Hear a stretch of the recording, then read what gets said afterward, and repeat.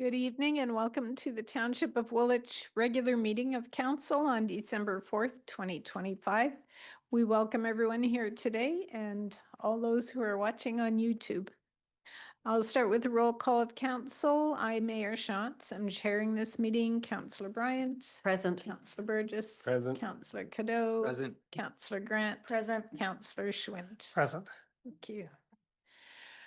Before we start the meeting, council needs to reconvene in open session. Can I have a motion? Councillor Grant, Councillor Bryant, all those in favor? That's carried. Thank you. Next week is Remembrance Day, November 11th. And so we take a few moments to remember people who have given their time and their lives in service to our country. And in our moment of silence, also I want to mention that we had a launch here in Woolwich for the anti-hate campaign, and I think we can all agree that the world can be kind of ugly at times, and so this is a campaign to try and encourage people to be kind to each other and to try to understand our neighbors and appreciate our differences. So as we take a moment of silence, let's remember those things.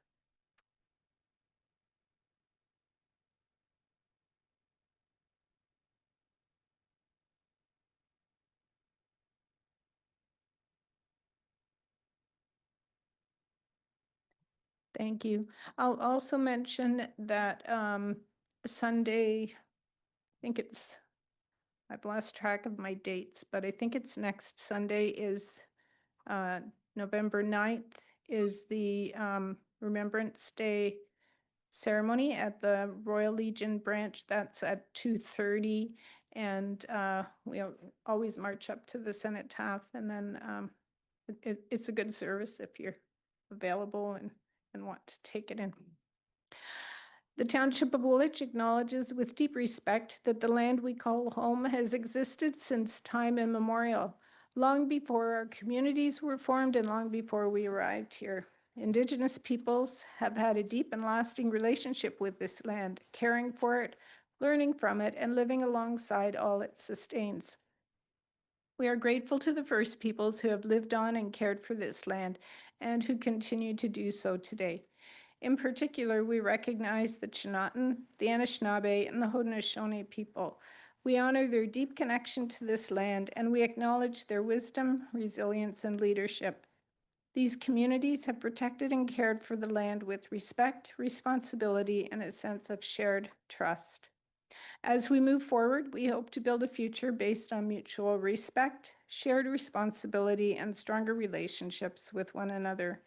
May we continue to learn together, to care for each other, and to honor all who share this place with us. Are there any disclosures of pecuniary interest this evening? Seeing none, we have no items to come forward from closed, no public meeting, and no presentations or delegations at this time. We will when we get into the committee. We have 3 consent items for approval. Does anyone want to speak to anything on the consent? Councillor Schwint? Can we have a discussion on the snow removal tender? The snowplow? The The other one? It's a separate or Sorry. okay. Right, so we're good with the, If I'm we're good, okay. confused. That's okay. Sometimes so do I. Is there a mover for the consent agenda then? Councillor Grant, Councillor Cadeau, all those in favor, and that's carried. There's no unfinished business, but now we'll get on to 4.6.1 tender award for municipal sidewalk snow clearing in Elmira, and I will call on Manager of Operations and Infrastructure Services, Carter McGuire. Thank you, Mayor Shantz. In front of you is a report for the award of our snow clearing, sidewalk snow clearing for the settlement of Elmira.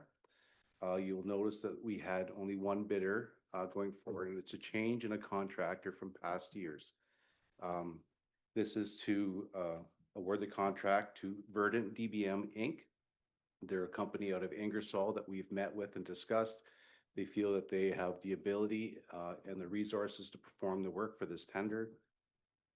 They will be using similar equipment to our previous contractor, so it would be a similar service just by a different provider. With that, I could take any questions if there's anything going forward. Thank you. Are there any questions? Councillor Schwint. Yeah, thanks. Few questions on this. I'm a little bit concerned we're only getting one company bidding on this tender and a significantly higher rate. I guess I'm less surprised about the higher rate than I am the fact that we've only got one company interested. And as we see our costs go up and lots of different things going in the budget, I'm wondering what we could do differently in our tender process or needs to make this a more attractive tender to bid on. Are there requirements we have that are bones of contention, or what are the sticking points? Through you, Mayor, to Councillor Schwint. I believe there's a number of factors. We did have a large number of takers of the tender, but only one submission of bid for this. There is a potential that some of the requirements that we have within the tender, and that they were built over time previous to me, but when the program started in 2005, 2006, they were plowing the sidewalks. There was issues where we had residents did not like that service, so they changed to a blower method to do that work. Because of our makeup of our sidewalk, we have some tight restrictions on the size of equipment that can be utilized to perform the work. So it does limit that people cannot come in with existing equipment. They have to make a capital investment to be able to get that type of equipment to meet the standards that we do require in our tender.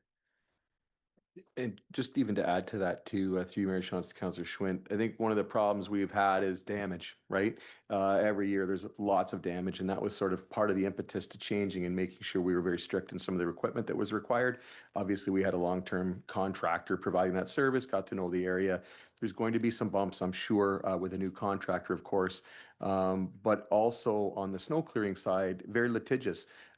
This is a difficult contract for anybody, given the insurance requirements now. We saw a lot of private companies get out of winter control altogether on private sites just because of the litigation and insurance premiums that we've seen. So it's going to be a challenge, this contract in general.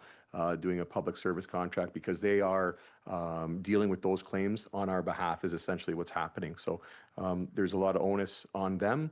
We did have a conversation with the previous contractor. We were informed, and we know they did not bid, that their costs were going to increase significantly because of the impacts on their equipment too. So there's a lot of moving pieces here, and we're one of the few municipalities that do this, right? I mean, that's another thing at some point too. That's probably going to be a consideration. I mean, we had the reality, if we didn't have a bidder, then what, right? So, I mean, that's the other part. I think we're thankful that we have somebody who is interested in performing, and we're hoping that they do perform, and we have every reason to believe they will. But that's what we're up to. So it's a difficult contract in general, I would say. So I guess follow up a couple of those points. Is this something that as Elmira is growing, we've got new subdivisions, are we expanding the service area? Have we considered why we're just doing Elmira versus our other urban areas? Start with that one before I get into insurance. Yeah. Through Mayor Shantz, Councillor Schwint. So yeah, I think with the expansion of the subdivisions at Elmira, of course, the system is expanding. On the good news side of things, we're not running into the same problems in an expansion area because we have sidewalks no less than 1.5 meters. That's important. I think what we're dealing with is the older parts of town. You might have a meter wide, 1.2 meters wide. That's where you're really running into trouble, because if you have standardized equipment, very difficult to get equipment that moves and changes with size all the time. So I think that's one of the challenges we're up to. There's not an issue with the new subdivisions, we'll say that. I think sidewalks are generally in better shape than some of the older areas, so I think that's a challenge.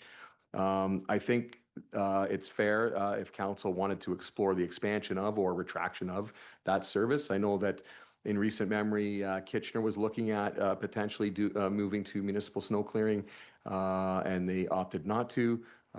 With that, though, came added bylaw enforcement, and we saw that roll out in Kitchener. That was one of their decisions then to address that service problem, because there were people not clearing sidewalks. So that was their decision. They had looked at the potential for putting that on residents and decided to move in a different direction. So absolutely, at any point, that could be council's desire to explore whether an expansion or retraction of this particular program. It was a request from Elmira to do it, and it is area rated to Elmira, so the other towns are not paying for it. And I mean, if they wanted to, we could look at that and charge it throughout. Jared might be having a panic attack after having trouble finding someone, but that is an option if that we could look at. Councillor Cadeau. Thank you. It's coming. Shucks. You have something? Okay. Councillor Burgess. I'll jump in there while he gathers his thoughts. Through you, Mayor Shantz, just on point 2 there of the motion, looking at giving the Director of Infrastructure Services the approval to extend the contract 2 years. What is the financial implication of that? Is this going to be fixed pricing that we can kind of carry forward, or will this be a full renegotiation?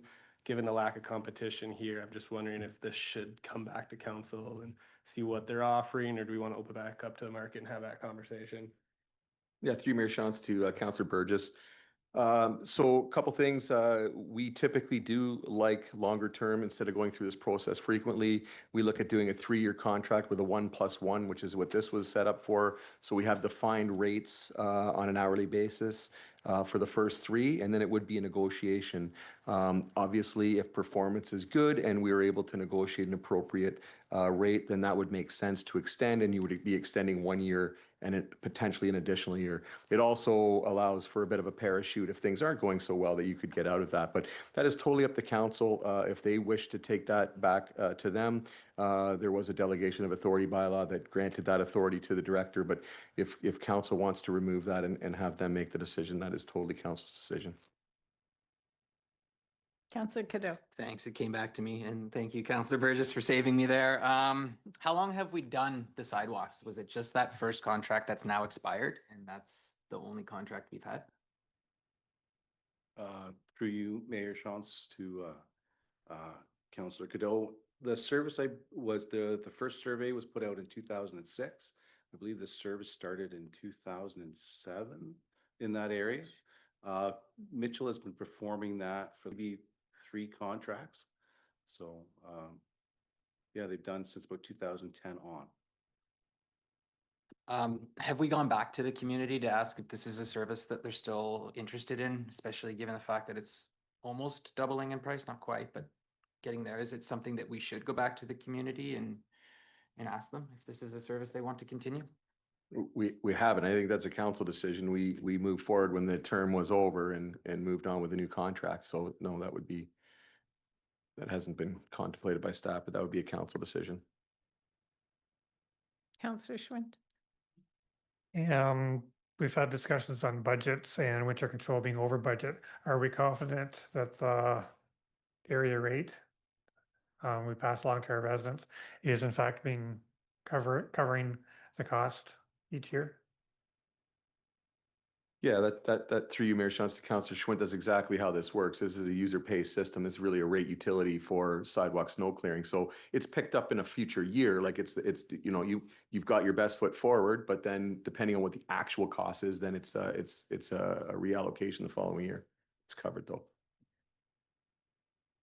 Yeah, fully funded by the residents that use it, even those who don't have sidewalk, unfortunately, in Elmira, manager of operations being one of them. Me. Yeah. Yeah. Me too. And to the point, it clears the sidewalks in front of schools, in front of our community center, where we would have to be doing that service anyways. I am a little apprehensive about the cost increase. So I don't know if council would be in favor of doing an engage survey or something for Elmira residents to see if this is something they want to continue with. looking over in your direction, Councillor Burgess, being the other councillor from Elmira. I don't know, I'm hesitant on this. I, before we go there for this year, I guess I want to ask, what are our, and I don't know if we need to go in a closed to talk about, like, do we have any legal obligation in terms of the tender? If they're thinking of doing. Okay. Councillor Burgess. Through you, Mayor Shantz, I guess, what does this calculate out to ballpark per resident?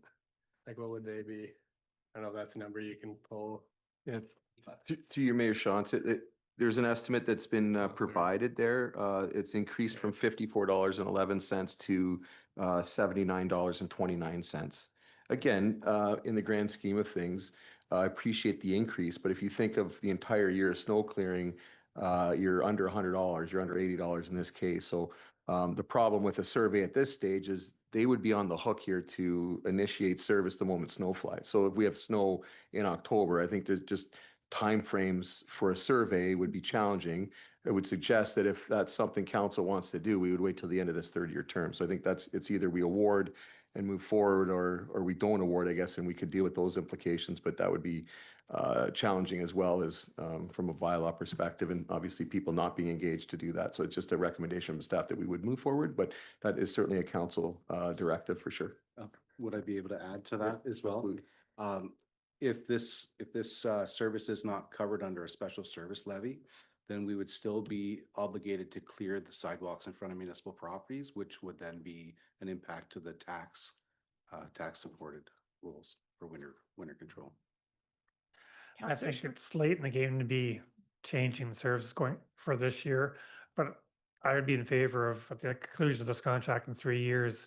So starting 18 months from now, we should be having a thought process, engaging with our residents, figuring out what the limitations are to get competitive tenders going forward so that we aren't in the same situation with one bidder in 3 years' time. So I'd add that as an action item to a motion to award the tender. Is that something we can put on the outstanding activity list to make sure it gets not lost? Yes, Ms. Shantz, we can do that. Councillor Grant. Thank you. Councillor Schwint kind of beat me to the punch there. I essentially agree. I don't think now is the time to go back on kind of our commitment to clearing snow for this season, but I am in general favor of going back to the community and asking after, 15 plus years of snow clearing, where they fall and whether they feel that's a service they want to provide. I think that is just good kind of conscientious action on our behalf. So Councillor Cadeau.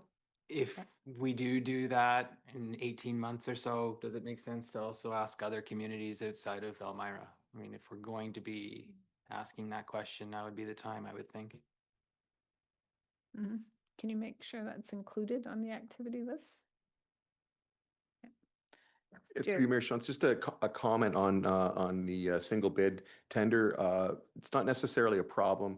Our gravel resurfacing tender has been a single bid contractor for a number of years, still very good value, good contract.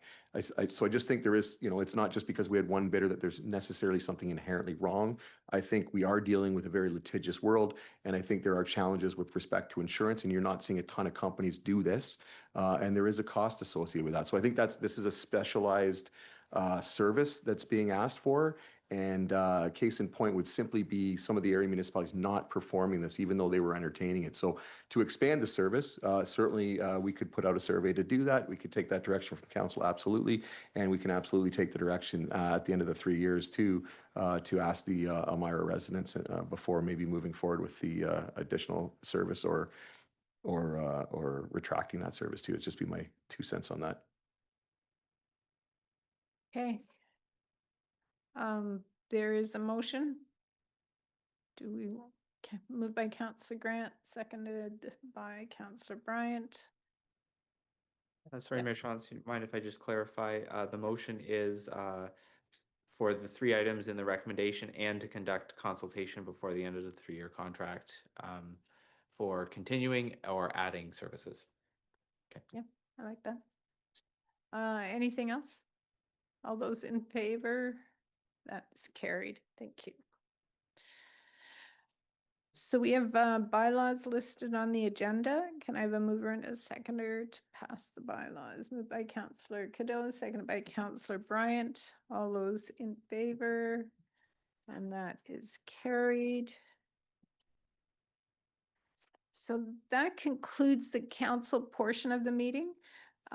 We're going to move right into committee of the whole and deal with our budgets and where we're at. And then we will, I'll turn the chair over to Councillor Grant for the rest of the meeting.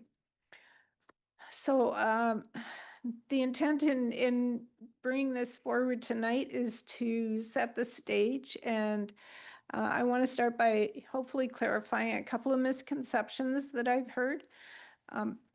One thing is that makes budgeting a challenge in the context of municipal politics is that I can't have a budget discussion with council unless it's done in public. So I can't sit down with council behind closed doors and have a discussion.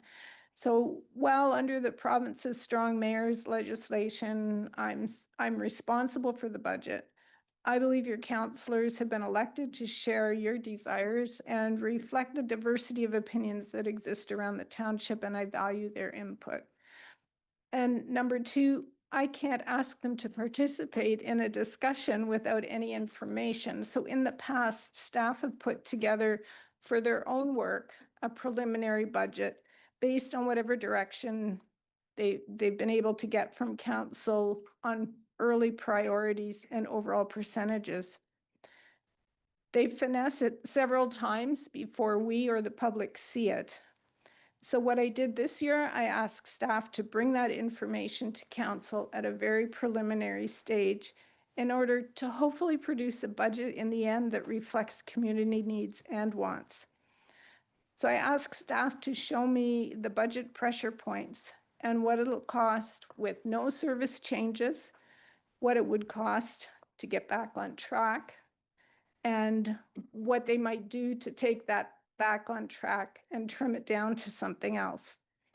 Council discussed it, and the result is what we have today. It's still a preliminary budget, but it's had a little more work done on it.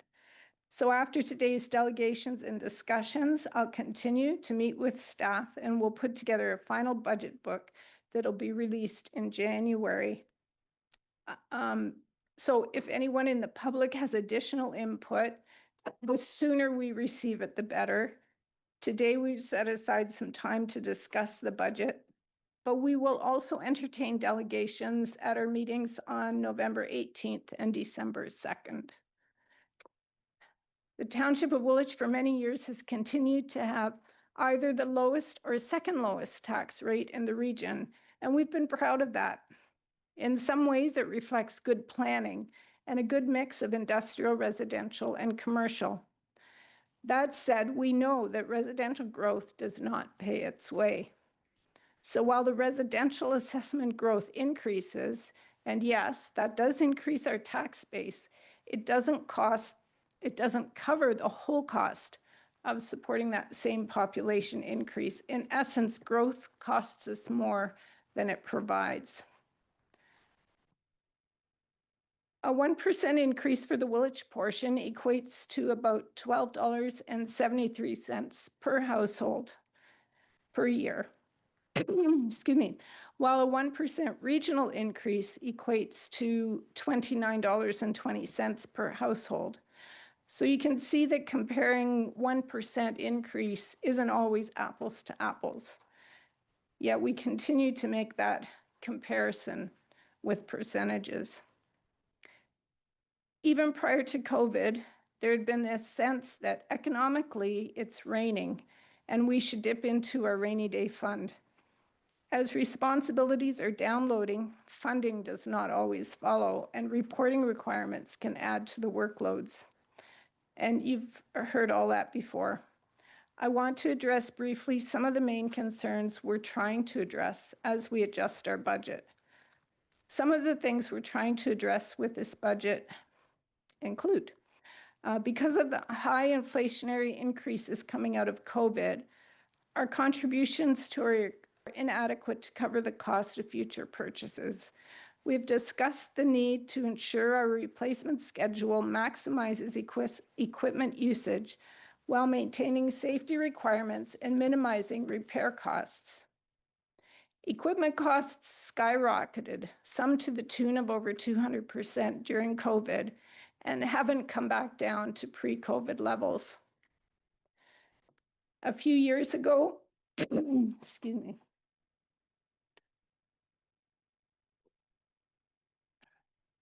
A few years ago, we merged the winter control reserve into the operating contingency reserve.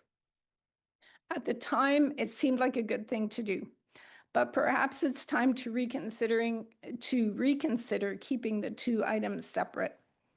For today's discussion, staff have not included an increase to either reserve, but have suggested a right sizing of the winter control budget. Our financial system is from the 20th century. We're replacing it, and we are in transition. As a result, there will be better information available for the next budget cycle. The implementation was planned for a 2-year minimum. That's the norm, and so we're expecting, while we've got some good comparisons and we're making progress, we expect to have better comparisons for the 2027 budget.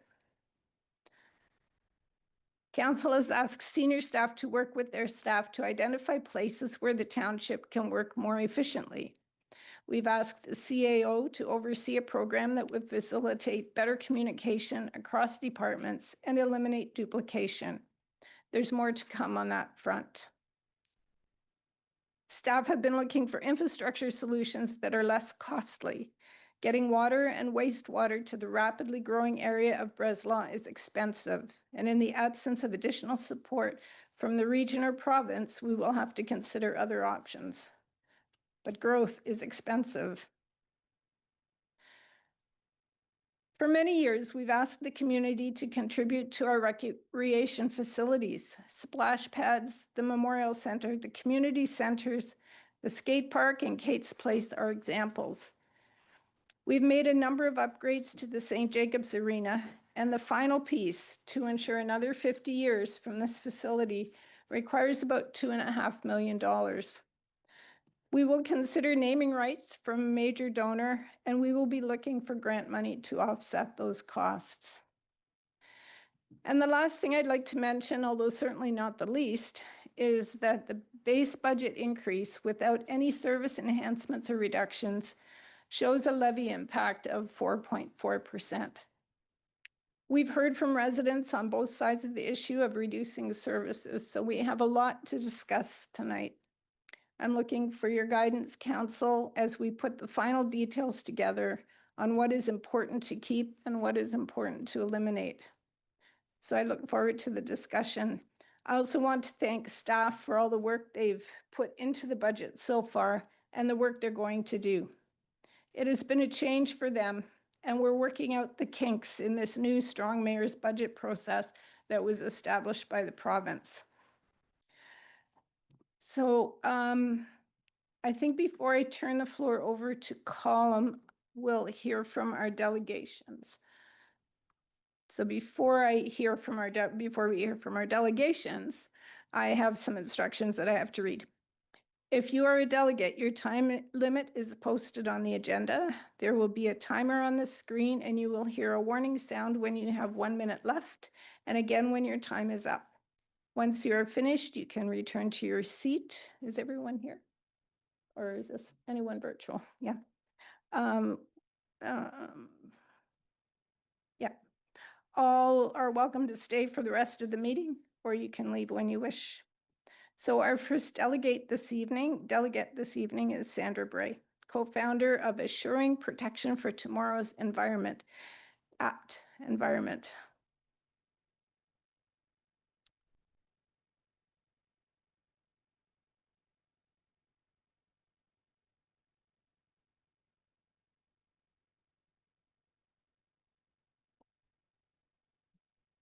Yeah, yes, it is. Just press the button first.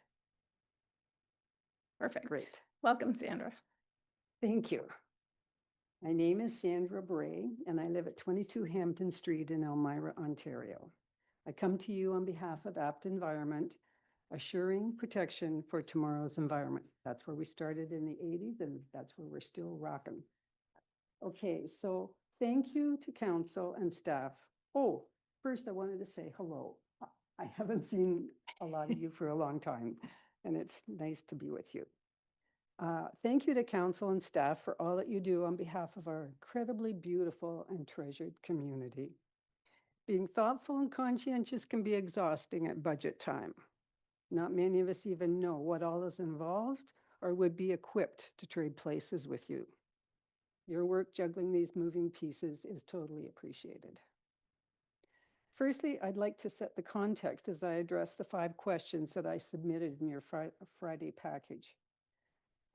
Some of this comes from Councillor Schwint's comment in September that he would like to address budget in a different way and find a way to not be going through the same processes in exactly the same way every year. The 3 pillars of any successful society are government, business, and the community. Our full and varied community voices have a lot of wisdom to offer. In assuring protection for tomorrow's environment, one thing that we think of is that climate ambition is key to Woolwich's prosperity. So that's the shift in thinking that I would really like to see happen in terms of thinking about budget. Climate ambition is key to our prosperity. Long-term planning has shown this to be so in the gains. I just saw the 2024 Conservation and Demand Management Report. You know, big respect and kudos to facilities because they are really moving forward and they have been for years. Now, I'm not going to list for you all the things that I could about how bad the situation is. I'm sure that you know in terms of the environment that we're in a very privileged situation here, and a lot of the rest of the world is really struggling. And part of their struggles have to do with our lifestyle. But we have reached a tipping point where it is actually more fiscally advantageous to take actions that will actually produce abundance, rather than carrying on with standard practices, which we're now seeing are starting to impoverish us. Climate ambition, it's the key to Woolwich's prosperity. So let's look at the first question that I gave you in the quiz.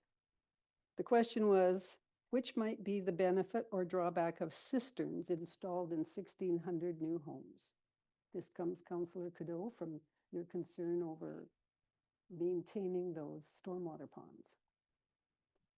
Okay, so I gave you 3 options.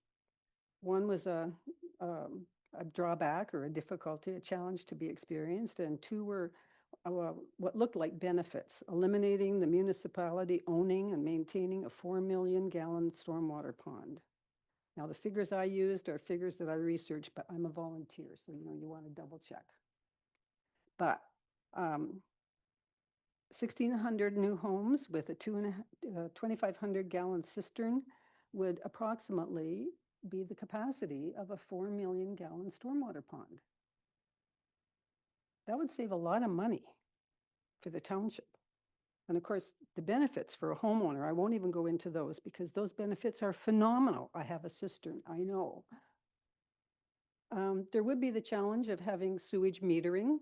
I've tried to get council to give sewage metering before because I started using my cistern probably 12 years ago and felt like it was unfair that I didn't have sewage metering, but that hasn't happened yet. And of course, increased community flood and drought resilience, that seems obvious. So your choice was, I wonder what you chose. I chose D, all of the above. Cisterns do not have to be used by homeowners. They could even be installed as a pilot in a pilot subdivision. They could be designed to release stormwater gradually. They would still always be there for if they ever did have to be hooked up.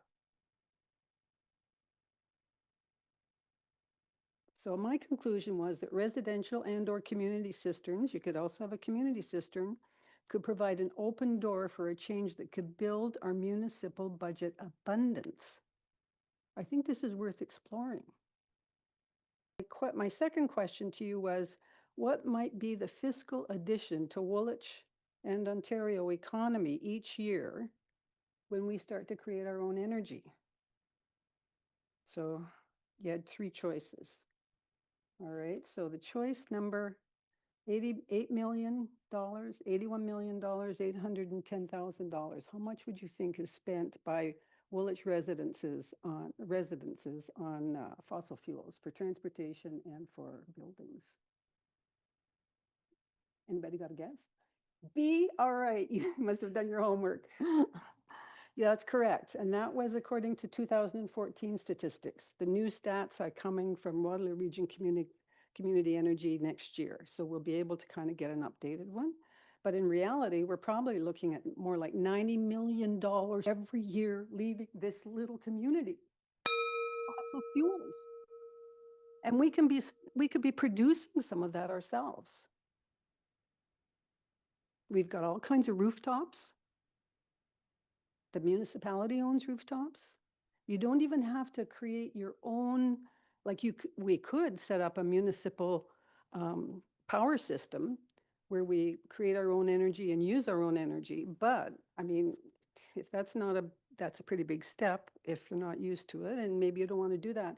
But you could easily rent those rooftops out to, there are 3 or 4 very well-established, reputable companies in the region of Waterloo who would be happy to put solar panels on those rooftops. They would maintain them, and they would give the township a share of the money that they make from the production of the energy. So I think, oh, am I getting to the end? Oh dear, okay. Well, let's see. Is that like 2 minutes or am I done? Nope, you missed your 1 minute. You were. Well, I'm not too surprised in some ways. Okay, so. Do you want to give us the answers to the? Oh, you quick do? You want the questions? answers? Yes, of course. All right. I'll ask that as a question, so that gives you a little more floor time. Question number 3 was, how many cubic meters of methane consumption will you be avoiding putting on the township or on the community if you approve the Schlegel development? Do you want to guess, or shall I just give you? Just give it B. to us. It was B. 1,641,500 cubic meters per year. Now, of course, if you don't do that, or if it's a regular normal subdivision, instead what happens is you approve the subdivision and the community who has no money is expected to somehow deal with all those emissions. That's $1.5 million. Okay, that was number 3. This is going to be easy. Number 4, you could have chosen any of them. I thought they were all great. Personally, I would have gone for the combination of 2 and 3 because I think it's really important we give something to the kids to give them some hope. And we want them getting to school safely on their bikes, not being dropped off. And number 5, yes, well, when I made that one up, I didn't really know the answer, but I thought I could find out before this meeting. And I talked with Innova. They said that the mayor would probably know. It might be I that don't- we actually wouldn't gain anything because they don't know whether or not we get the Woolwich's share from the co-op has to do with our number of connections, whether it has to do with the consumption, or whether it simply has to do with the percentage that we get from the co-op. So that's where we be. Climate and or prosperity. Okay, if you can make that shift, I think all will be well. Thank you. Councillor Cadeau.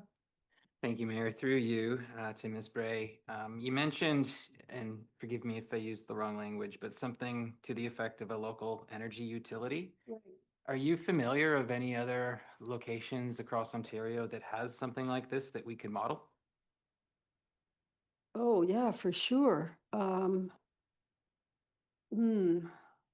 Okay, so I know, for example, that Markham has a district energy system of their own. Green WR is hoping to visit this at some point, but haven't yet. West 5 in London, Ontario. I hope that some of you are going to get to visit that that subdivision this year. They produce all their own electricity by solar.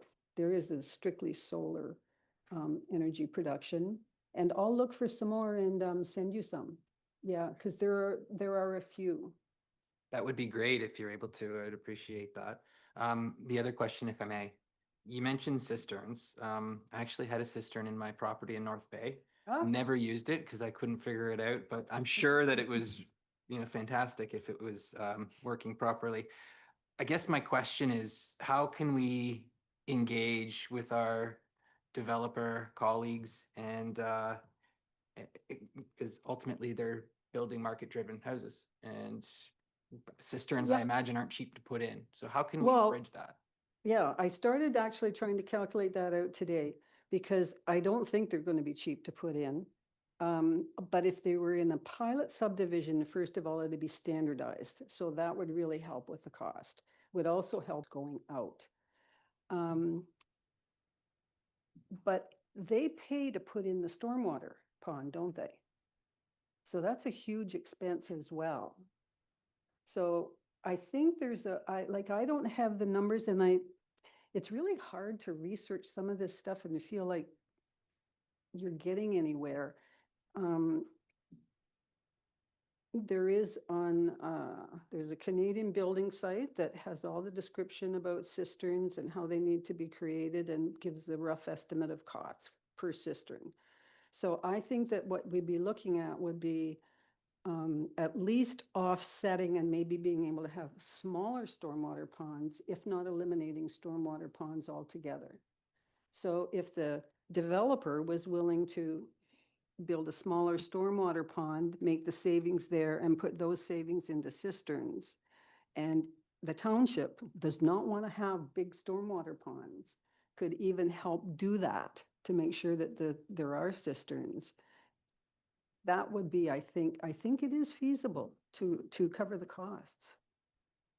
I mean, how much is WIGO? It's a fantastic question that I could ask one of the staff members, but I was going to go in a slightly different direction, if I may. It is still a question for staff, but are you aware of any cisterns that are owned and operated by a municipality? And I'm just wondering, like, if we were to put a cistern in under the park that we get dedicated to us in a new subdivision, is that something that could offset some of those stormwater management ponds? And then could we access that water for watering trees or whatever else? Jared or Deanne? You, It Mayor looked like Shantz to deer Councillor deer in the Stowe. headlight. No, it's a good question. So lots to that, right? I think that this is very complex in a lot of ways. So we, the Weigel Pond, very large pond, and ponds are a few fold, right? We know flood mitigation is a thing. The environmental aspect for stormwater management ponds, it's better environmentally to have more ponds. It's not better fiscally to have more ponds, right? I think that's an unfortunate reality too, but it is better to have more ponds than one larger pond to manage that. So, cisterns, using gray water for flushing toilets and things like that, that is something that is certainly happening in certain developments. It's not widespread, mind you, but it is something, and there needs to somehow be incentives, obviously, for development to really get on board. Like, let's be honest, development is all about making money, right? I mean, there's a lot of money to be made in development. So there needs to be some form of incentive for them to sort of shift some of the gears. We know that there are green standards, and Deanne could speak a little more to that, is trying to implement different standards through whether it be through building code or development practices, those sorts of things. And you need a lot of layers of government to really enact those, right? You need help from the feds, the province, and then the area municipalities. Like, to have municipalities enact certain things without that support from both provincial and federal levels is a recipe for failure, unfortunately, because it is significant investment, and there does need to be some incentives there. Just again, on the metering side of things, I think council is well aware too. That's a struggle. We assume what is in is out. That's how our metering and our water and wastewater system is structured. To now add a different meter, for wastewater would be incredibly challenging for a municipality of Woolwich. We are only aware of systems like some of the larger water users, not necessarily at a residential level. It would be more large industrial uses that may have some form of a sewer charge that they are metering. There's lots of calibration that happens with that. So that's not a simple change to enact that particular piece on an individual residential property. But I think the point is that it's trying to move the needle in the right direction as quickly and efficiently as everybody can. But there's a lot of pieces to this. It can't just be Woolwich on its own. So really appreciate Sandra's lens and trying to keep everybody moving in that direction. I'd say that. Could I add one comment? And I'm not talking gray water. I'm talking rainwater. Rainwater. Yeah, yeah. So gray water is a real different treatment Fair. kind of thing. Yeah, I just wanted to make sure that that was clear. I'm talking about the water that would cause flooding. Any other questions? Okay. Thank you for Okay. coming in. Thank you very much. Have a good evening and good Thanks. luck with the budget. Thanks.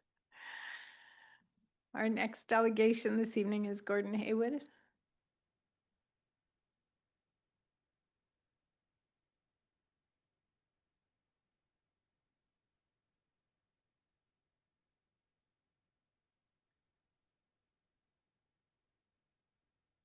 Welcome. You have 7 minutes. Yeah, press the button. You got Oh, it. we got a green light. There we go. Okay, so I'm going to talk to you tonight about Woolwich's staffing affordability issue. First of all, I guess I should say good evening, Mayor Shantz, members of council, staff, and residents. As the only speaker against the budget tonight, I feel a little bit like David facing Goliath. But anyway, I'm going to give it a go.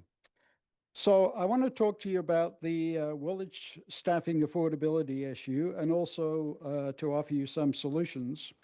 So the first question is, why do we have an affordability issue? And the answer in my mind is quite simple. Staff have been added at a much faster rate than the township has grown, and they're also compensated significantly higher than inflation. And the information which this presentation is based on comes from the township's own financial information reports to the province, as well as the Bank of Canada for the Consumer Price Index. And I've chosen to look at the period 2009 to 2024 for 2 reasons. Woolwich Memorial Centre opened in 2009, so we are excluding people associated with that addition. And the FIR data for this period is contained on one sheet. We got the next slide already. So we have too many staff. Full-time staff have been added at almost twice the rate of growth of the households.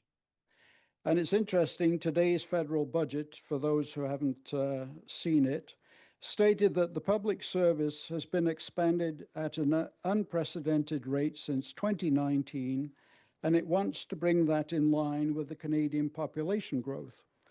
And that's exactly the kind of thing that I'm talking about. If staff had been added at the same rate as the township's growth rate, we would have 16 fewer staff today than we have. And the current budget proposal wants to add 3 more, which will only compound the problem. So have the next slide, please. So this is what it looks like when you plot the household to full-time staff ratio by year. So what I draw your attention to is things were pretty well in balance from 2009 to 2016. And then staff began to be added at a much faster rate. So you can see the big fast decline there. And if you added 3 more staff, that data is for 2024, and that's the only data I have, the ratio would drop further to 105. So the slope on the right-hand side would continue to go down at the same rate. The next slide, please. So staff are paid too much. I said this to try and get people's attention. So anyway, I apologize. So historically, staffing costs per household have increased 80% faster than the consumer price index. And I got information from another sheet. Let me go back. Sorry, I apologize. So the salaries, wages, and benefits cost per household grew from 778 in 2009 to 1,347 in 2024, an increase of 73.1%. During the same period, the consumer price index increased 40.5%. So the salaries and wages per household have increased 80% faster than the CPI. And the draft 2026 budget proposes a staff cost increase of 5%. That's the number contained in your 4.4% base increase, which is 4.4% on the taxes. And the current CPI is 2.4, so in excess, twice CPI. So the result of this combination of increased staff faster than the township has grown and paying people significantly more than the rate of increase of the consumer price index is what I'm calling a double whammy here. If we can have the next slide. No, the one before. So what's happened is essentially between 2009 and 2024, the cost of salaries, wages, and benefits for the township increased 127.6%, which is more than twice as much. So the compound result of it is the numbers I'm showing you.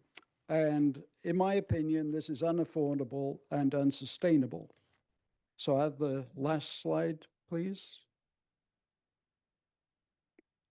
So how do we solve the problem?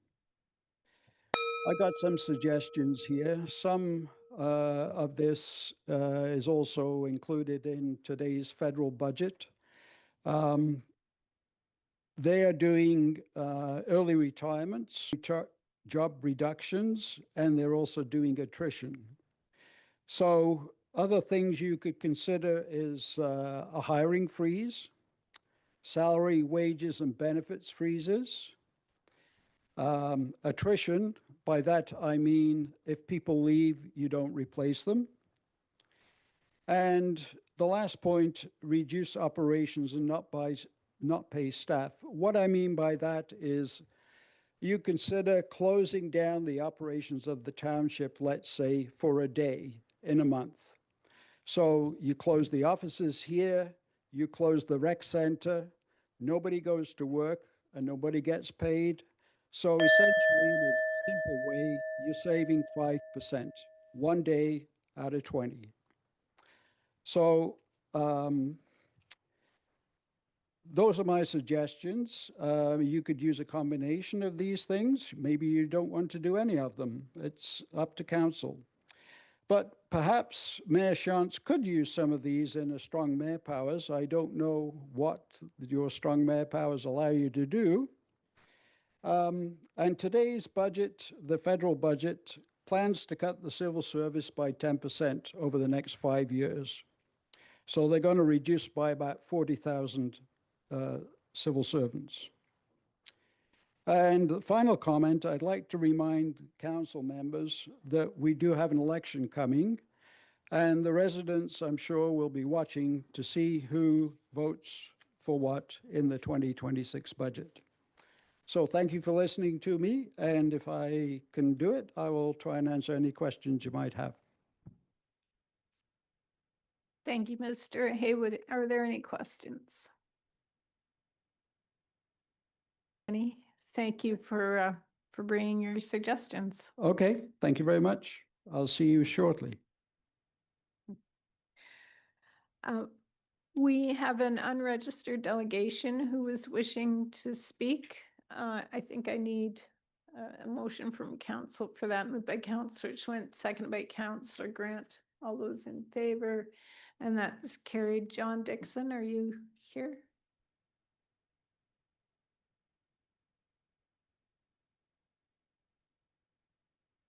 Welcome. You have 5 minutes. Thank you. Good evening. Thank you, Mayor Shantz and councillors. I'm here tonight just to talk to you and make sure again that you're hearing the message from residents. And as the former resident reminded us all of the municipal elections coming in October of next year, that we're the voters who put you where you are. And I want to start off with a key reminder at budget time that this is not your money. You are the stewards of this money, and you need to be as responsible with the funds as you can possibly be, because it's our money and your money as a resident, but it's not council's money. You're stewards. The tax increases that we've seen over the past number of years are quite frankly out of control and untenable, not just for seniors and fixed income, as some reporting has indicated, but also for those people with young families. Everyone is affected by this. The tax increases recently have been way beyond wage increases of families in the region and the township. You've seen numbers, so I won't press too much on that, but most organizations are not offering their current employees 20, 30% wage increases over the past few years. It feels like Woolwich isn't handling our funds well when we land where we have been for the last several years. And we can't continue, quite frankly, with these ridiculous tax increases. They're not sustainable. Mayor Shantz, I'm glad you highlighted the impact of the differences between the Woolwich level and the regional level. And I'll remind you that you're our regional council representative. And as such, you must be very actively advocating for more prudent spending at that level of governance to ensure that we're not impacted with a 1% to $29 impact. When families have limited budgets for whatever reason, they have to make decisions on spending. And you'll find they generally don't add additional items to their budget because they can't. They don't have it coming into the bank account. They can't simply ask someone else for it or demand it through a tax levy. You can't go to the grocery store and say, well, I'm just going to add 8% to my basket today because my money is not there. My employer hasn't provided that for me. We had the Bank of Canada Governor Tiff has told all Canadians to be prepared for lower standards of living over the next number of years. A shocking, disgraceful spot the country's landed, but taking more in municipal taxes makes this even worse. So please, I encourage you, tighten your belts, stop extravagance, and be better stewards. And remember, being the best of the worst for local tax increases is not the benchmark to aim for. Thank you. Are there any questions? No. Thank you. If there's anyone else in the audience that would like to speak, we can entertain that.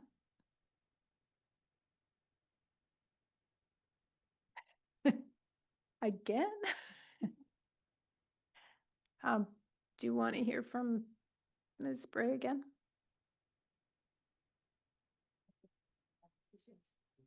Yeah. All those in favor? They said if it's got to do with taxes.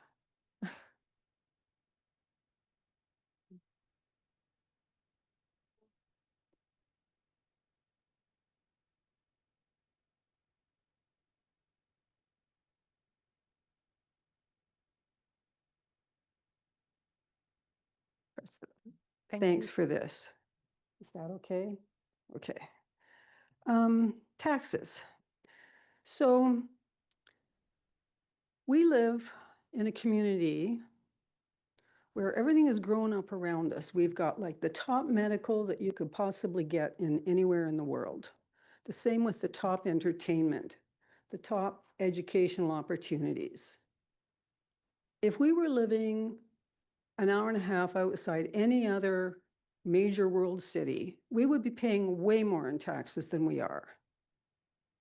Personally, I mean, I made a list. There's $19,000 available to seniors who are property owners every single year to help them stay in their homes. I think we need to be thinking a lot about young people and the next generations. And I know that, like, just, you know, like financial literacy, I was lucky I was raised by people who didn't have very much money, so they taught us all that stuff. And when I was a teacher, we certainly taught it in schools. You know that there's going to come a time when you can't afford to live in downtown Toronto anymore.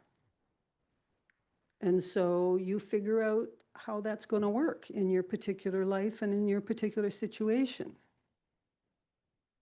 And living in Woolwich Township, I mean, I live over on Hampton Street. I'll bet you there are 60 empty bedrooms within my neighborhood, close by.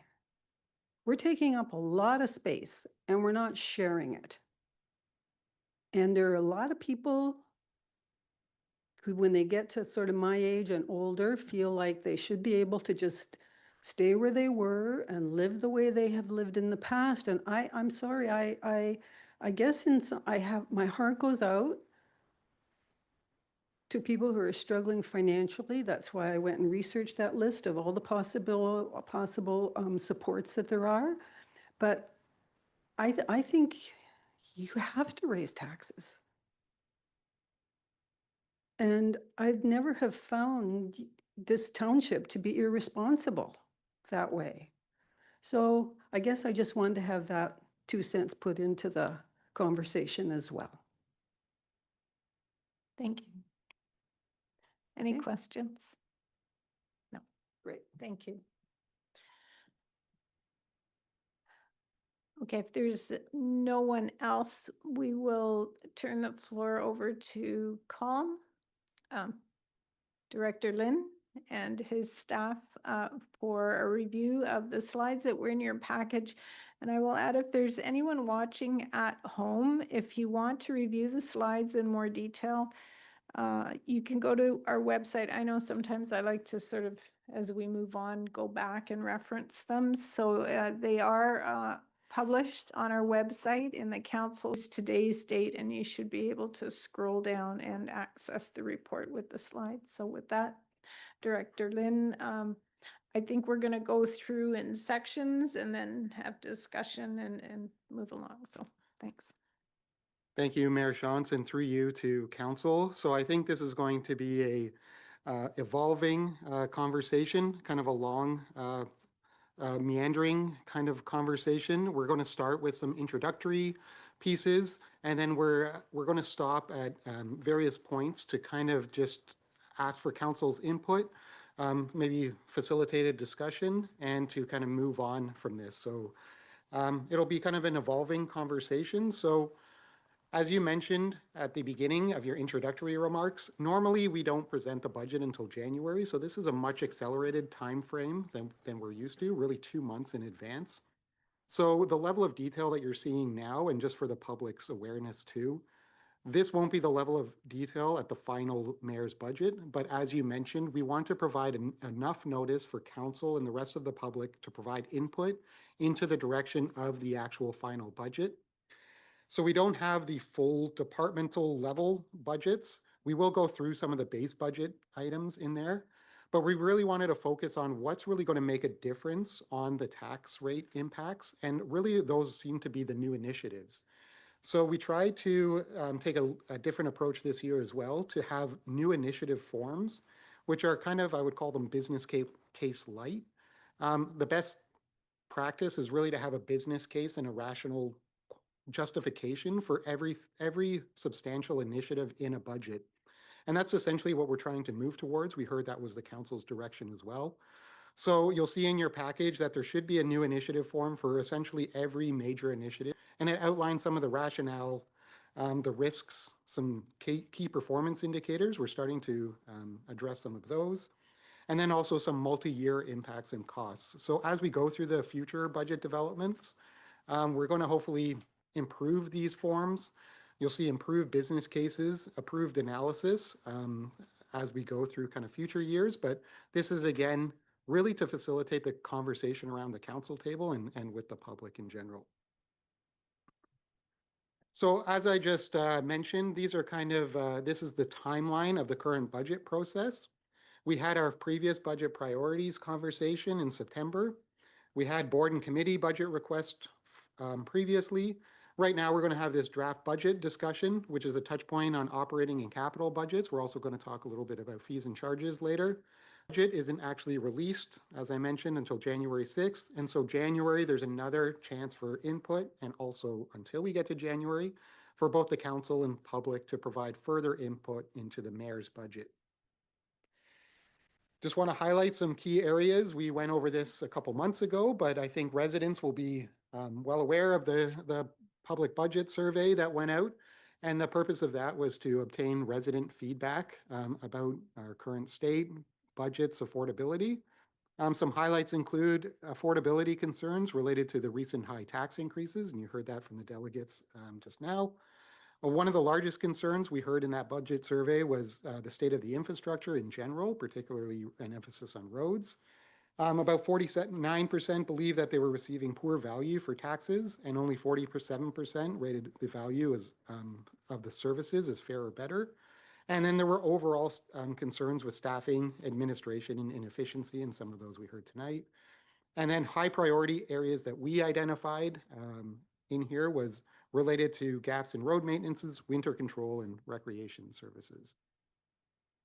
So in the September budget discussion as well, we heard through our conversations, we heard many of the same things echoed from council as we did from residents. Essentially that affordability for residents is very important. The state of the roads was something that they thought needed to be improved. Council identified that the historic approach, or the way we were approaching budgets in the past, needs to be changed or improved. We also realized that we can't do everything and we need to prioritize. We can't be everything to everyone. There was a general feeling that more analysis was needed, and that was also part of the business case piece, looking at kind of more analysis and getting more rationale behind things. And then sometime there was some talk about doing additional business case work and looking at the long-term paybacks for certain investments, whether we could accelerate projects, pay for them with debt, and looking at the long-term kind of implications. So those are all feedback we've taken into consideration when we were presenting this budget. So again, we're going to get into more kind of the Q&A piece, but I thought it was important to also talk about the current financial context. And many of you have seen these slides before, but for the public's benefit and as a reminder, to get to some of the current financial context. So overall, generally, in the region of Waterloo, we have relatively low residential taxes. Again, this is just looking at the residential tax assessments. Mayor Shantz mentioned the importance of industrial and commercial assessment, which also reduces the burden on the residential taxes. But residents in general, compared to our peers, we still have one of the lowest, usually the lowest residential tax based on our current assessment rate in the region. The other thing that's important, I showed last time, is also to understand the utility rate comparison. So we have higher on average utility rates, and part of that rationale is some of the costs that could be borne in the tax system are also borne in the utility system. So sometimes you need to look at both of those in comparison to understand the total impact on a household when you combine both property taxes and utility rates. This is a new slide that you may not have seen before, and this is actually taken from Center Wellington's budget. And I tend to just go through other municipalities' budgets just to get a good idea of kind of some of the things that are in there. But I found this one interesting, not just because of the typo in here that says comparator, that's spelt wrong, but the actual table itself here. So the township of Woolwich is right here, if you could see my mouse here. So I was really interested because I always see us as the very lowest tax rate. And here they're presenting the budget that we're not the lowest tax rates, that this is Center Wellington, this is the budget they're presenting, that we actually have higher taxes than Center Wellington. And so I looked at this in a little bit more detail, and the thing that'll jump out to you is the difference in colors, essentially the blue line and the orange bar. The blue bar represents the regional or the upper tier portion, and the orange bar represents the local share. So if you look at, say, the township of Center Wellington, yes, they do have lower overall taxes, but that's only because their share of the blue bar is lower. Their orange bar is actually smaller than ours. So, and you can see they're even high compared to the average. On average, municipalities pay more of their taxes to the upper tier of government. So a larger proportion compared to any of our similar sized municipalities and municipal comparators, a larger percentage of our tax dollars, that total tax bill that residents see, actually go to the region, even compared to other comparators. So if that blue bar was lower, we would have more room, essentially, the way I think about it, to expand kind of that orange bar and keep kind of taxes the same. Yeah, we can, sure. It's a very simple question. Why? Why do we see such a difference between some of our comparators? Through you, Mayor Shantz, to Councillor Cadeau. It's a simple question. I don't know if there's a simple answer, to be honest. You would have to look at each municipality and what services the lower and upper tiers operate. For example, transit in some municipalities, it's a lower tier, some it's an upper tier. Libraries are another example, but you really have to do a like for like comparison. But it does seem overall that the region of Waterloo tend to charge more taxes, but you'd have to really look at, do they deliver more services? And I don't have, honestly, the answer for that. Councillor Bryant had a question. No, okay. And again, Council, I didn't intend to stop here, but this is this whole presentation is going to be this question and answer. It's for to facilitate the discussion. So at any time, please feel free to stop me and ask any questions. So again, just for more context, this is the history of our reserve balances. As you can see, they've been declining quite a bit in recent years. We pointed out it has seemed to be increasing, but I believe Councillor Schwinn noticed that a part of that was related to repaying some of our internal borrowing from our working capital reserve, and that was financed through debt. One positive thing I will talk about here, I don't actually have a slide here, but overall, we have generally low debt levels in comparison to other municipalities. I don't have the actual slides here, but our debt burden in general is lower than our comparators. We don't have a ton of debt. We do have some debt, and we'll go into that a little bit later, but overall, we don't, some municipalities have a much higher debt burden than we do. But I'm just focused on reserves here. So one thing we've got in the last couple months is we've got access to a trial software package from Hemson, which is a municipal consulting firm. So they call this Hemson Analytics. I want to give credit to them. So this is Hemson analytic data. And so what they do is they take FIR data from all of the different municipalities, and they don't have every indicator. It would be fantastic if they had everything in there, but they have a few select data sets that you can choose which comparator you want to see, and then you can use that to build these kind of graphs, and you can look at it by year. So one I looked at was our reserve comparator data. So this graph is showing similar sized municipalities, roughly the same population. For example, Lincoln, New Tecumseh, Grimsby, Amherstburg, some Center Wellington. Some of these that are very similar in size to us, but I also threw in Waterloo region. Some of them, like I think Cambridge or Kitchener, they're not really comparators because they're much larger cities, but I just threw them in just to give you a broader kind of sample size. So you can see here, Woolwich compared to our comparators for reserve data is much smaller per capita than any of our comparators. So the average is over here. of the other municipalities have more. So the orange bar, because this isn't live data, the orange, or sorry, the gold bar here, this represents obligatory reserves. And there's a few different things that are included in that, but the biggest factor is development charges. There's other things, federal gas tax, there's certain grant programs, but the biggest item is development charges, which makes up the majority of any municipality's obligatory reserves. And the blue bar are all the other reserves. So that's how that bar is broken out. And so that's what that separation is. So while I was looking at this data, I try to look at, you can pick hundreds of different municipalities in the province. So I just started throwing in a whole bunch of different municipalities if I could. I'm just trying to figure out, what does it look like in comparison to a lot of other ones? And the way the list is shown, it just shows it starts alphabetical and just shows A, Bs, and Cs. So most of the next slide, you'll just see A, B, and C municipalities. And that's just because they were alphabetical and you had to scroll a lot to get to the other ones. But I wanted to see what a larger data set would look like in comparison. So I just started throwing in, and I picked as many as I could, kind of thing. Otherwise, the graph would be kind of unreadable. But this is essentially looking at as many municipalities in the kind of A, B, or C things, as well as those other comparators, just to get a better sense of where the average would be. And again, we're right at the bottom here. This is Woolwich in our comparator.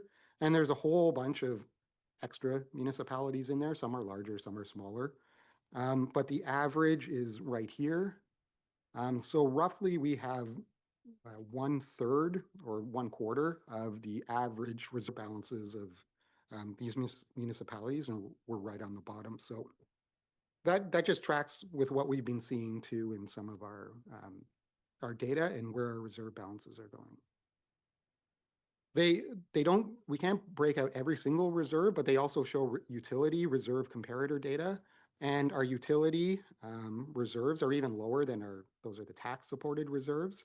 And so they're actually lower than the tax supported reserves. I don't have that full data set for this one, but we're very low on that as well. So I just put this slide in there because I think it's important too to understand again the 1% tax levy. So a 1% tax levy is $12.73 or $12.73. So for us, a 1% increase is $12.73.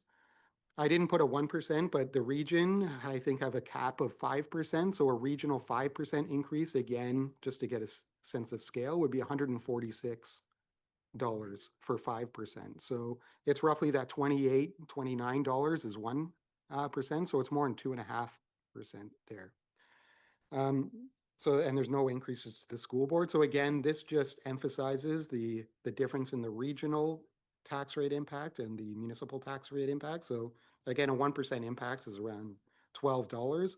And we looked at just the Elmira sidewalk clearing. I think that was around $25. So the sidewalk clearing would be kind of 2%, just in relation to the tax rate increase of $12 per household.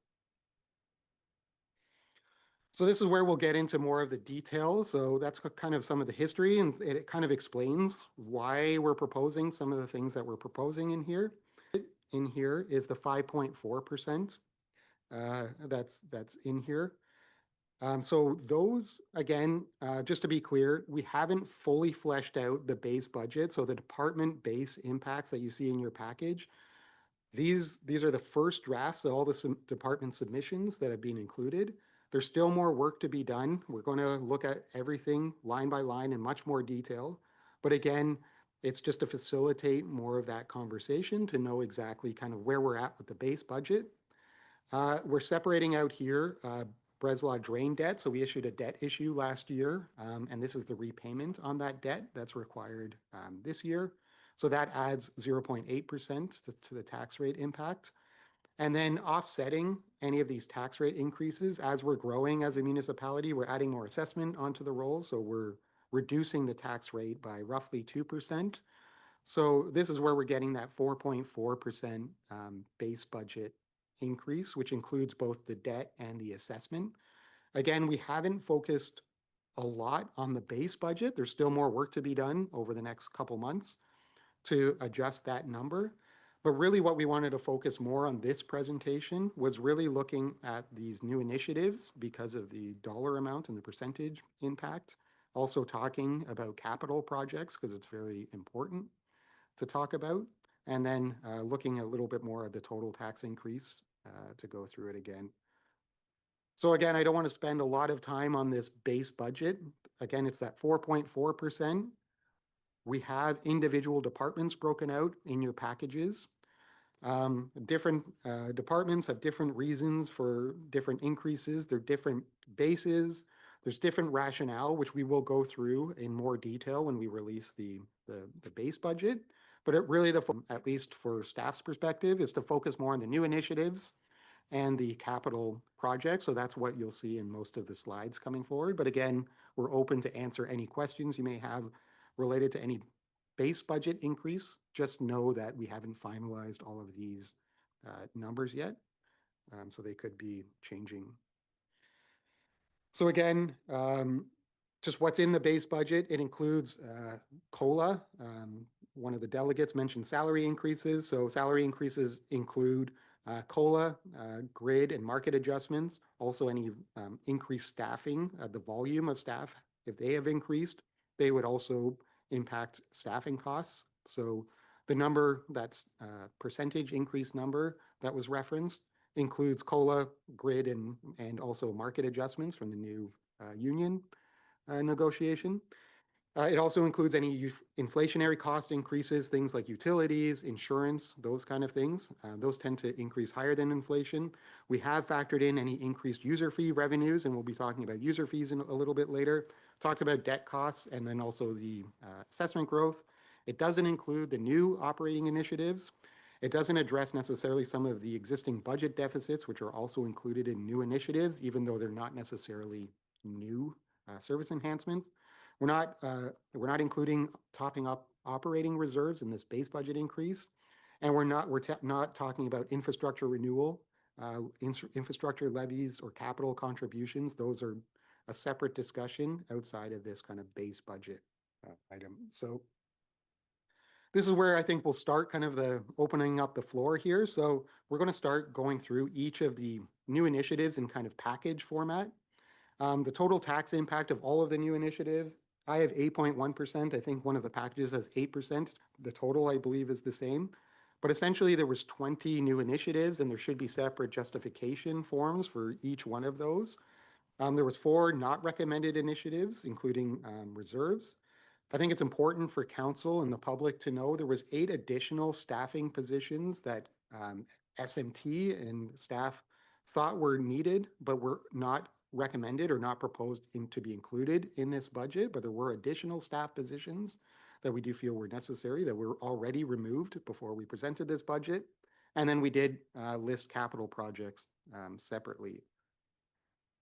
So the way we've kind of presented, or to help the mayor support this discussion, or to help facilitate this discussion in consultation with Mayor Shantz, is trying to look at what the objective we are trying to do with each of the group of initiatives is trying to propose. So the first initiative is related to staffing, and the objective of this is to ensure that we have appropriate resources in place to support growth.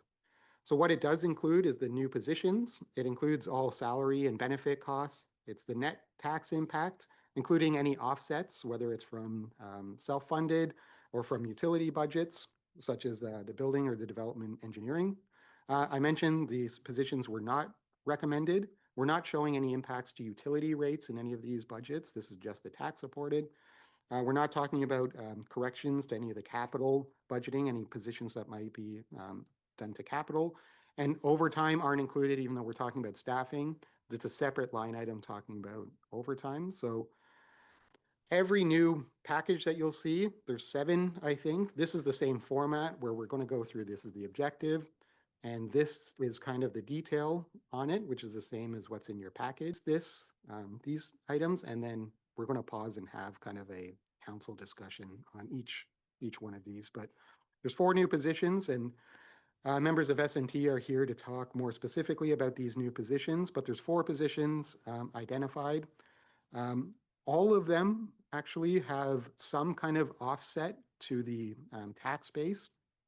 So this is the base cost you'll see, and I think there was actually a change. I don't think the field tech showed the base cost, so we just used an average number with benefits of what the field tech would probably cost. And then this column will show the net tax impact. So essentially that shows what the actual impact would be on the tax levy, and then the percentage is the levy impact of any of these changes. So the first one, you can see there's a partial offset that's due to kind of offset in other staffing costs. So there's a lower impact than the base cost. The new field tech is showing 0 because it's a self-funded department, and that'll be offset by development engineering reserve. The manager of engineering is partially funded through utility rates, so that's showing kind of the part of the offset as well. And then there's another building position that is funded by the building reserve, and that's where it's showing the offset. So that's how all of the next few slides are going to be kind of laid out, and I'll just stop there for kind of that introductory and facilitate the discussion. Thank you. So I guess I would start by saying this is well, this is new staffing. The previous slide is status quo. And so if there's concerns at the status quo, I'd like to hear where you would suggest cutting back if you've got concerns with the base budget. So we can talk about that and or new staffing growth. So you'd your hand up.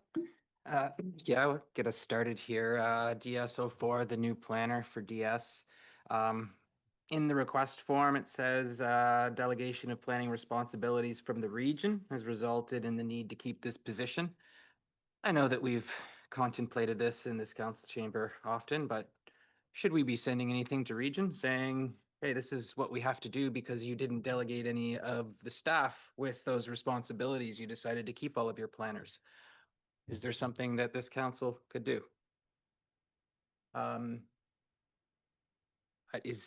Would council want to do something, or am I on kind of a limb on my own here? Councillor Bryant.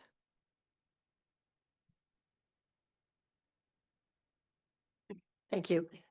I agree with Councillor Cadell. I think we need to speak to the region. They have downloaded to us with no financial aid whatsoever. So I think we need to send, whether it's in the form of a motion or a letter, but somehow we need to put it across to the region that we do not have the funding to continue to pay for these increased costs that they're downloading to us.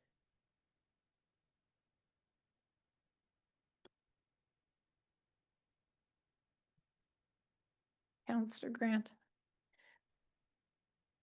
I would agree. I generally, I'm in favor of us advocating with the region at any level to kind of say, hey, this is a shared responsibility. The reality is we have the same taxpayer. It's all coming from the same pot. So them downloading to us and charging or reducing the cost to us is not reducing the cost to the resident necessarily.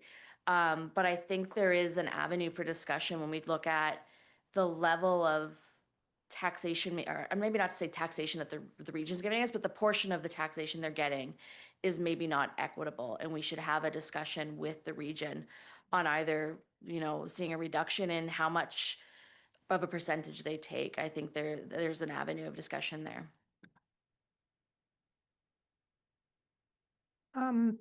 In terms of having a discussion with the region, that's not a problem, but the region didn't decide to download the planning. That was a provincial decision, just to be clear on that. Councillor I had a general question about taxation rates with some of the other communities in Waterloo region. Are they at the same level as Woolwich in that they get 26 cents of every dollar collected, or does it vary from community to community? It does vary from community to community. I don't know, Director Lynn, if you've got any more direct stats. Through you, Mayor Shantz, I don't know the specifics. I know it does. Some, they have like area, I know they don't like this. They have area specific rates where they charge certain municipalities for certain services. But I don't know all of the details. I can definitely look into that. Sure. I know in terms of the regional portion, the township portion is lower than the city portion because we pay for the transit that we have, so our bus routes and Kiwanis Transit, but we don't pay for the LRT, for example. So that portion that's allocated to the cities is more on a per household basis, though, I'm not sure. What would be the process of opening discussions on that? I mean, surely it's not an easy task. I'm not sure that's a metric that is changeable or has any bearing. We're setting our tax rate to raise enough money to perform the services we do. The region's setting a tax rate they do. So Kitchener may need twice as much money than us, which will change that percentage. Whereas ours will be lower, for example. So it's really what's our tax rate need to be to perform the services that we as a township want to provide.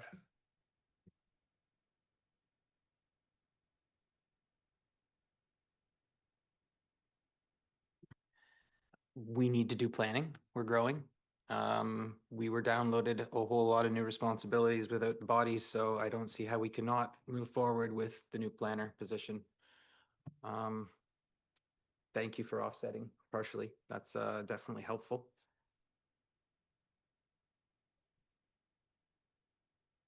Councillor Grant. Not to circle back to the discussion with the region, but I feel that if we are going to be speaking with the region and advocating for some sort of reallocation of funding, that it is only fair for us to also go to the province because they are the direct result of all this downloading. They also share the same ratepayer as we do in the resident, and they are ultimately the deciders on who does what within the province. So I think to be fair to the region, we also need to work with our MPP and have him advocate for us with the province that it's getting to be untenable for us to take on additional responsibilities and not receive funding from them in the form of assistance. Through you, Madam Mayor, to council, I think that's a good point that council's raising, especially last point that Councillor Grant is making, because I would focus your attention not just on Bill 23 and the province's downloading of regional planning onto the area municipalities, but I think happening in Peel with respect to the implementation there, because you would look at the downloading of regional roads to the area municipalities. That needs to come with funding. The area municipalities, not even the, I would imagine the cities would have their own struggles, but certainly the townships. When you look at, and Mr. Poupet, if necessary, might be able to speak to this, I think we have the largest lane kilometers of regional roads. And if they were to be downloaded, there have to be some transfer of funding capacity and fiscal capacity. So I think that's the broader conversation that we need to have with our MPP in the province, is that Bill 23 shone a real light on the fact that the province can make decisions like, okay, it should be the area municipalities only in the planning business, but there was no discussion on transfer of staffing or funding. There needs to be, if there is any ever future talk of doing what they're doing in Peel, in other regions, in terms of transfer of roads, et cetera, because that would just be unattainable.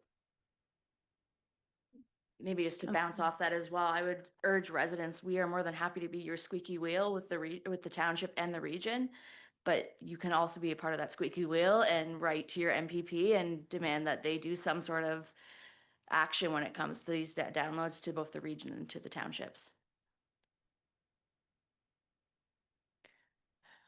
Councillor Schwinn. I want to follow up on Councillor Cadeau's comment about supporting the new planning budget requests. And I've got some mixed feelings on that on two fronts. One, I definitely agree that with the amount of growth that's happening in the township, Breslau is going to we think explode over the next 15 years. We need to be prepared.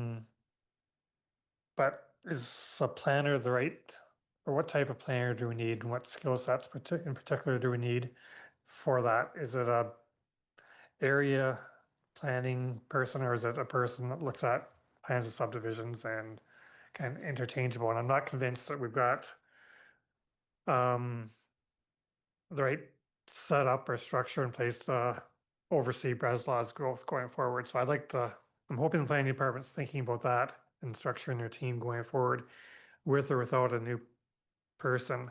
I'd also suggest that, careful how I say this, that when we're looking at adding resources, make sure we distinguish between administration help and technical help, I'm going to call it.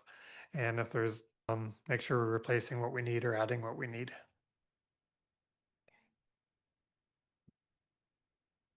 Councillor Burgess. Yeah, through you, Mayor Shantz. Yeah, just to the planner comments there.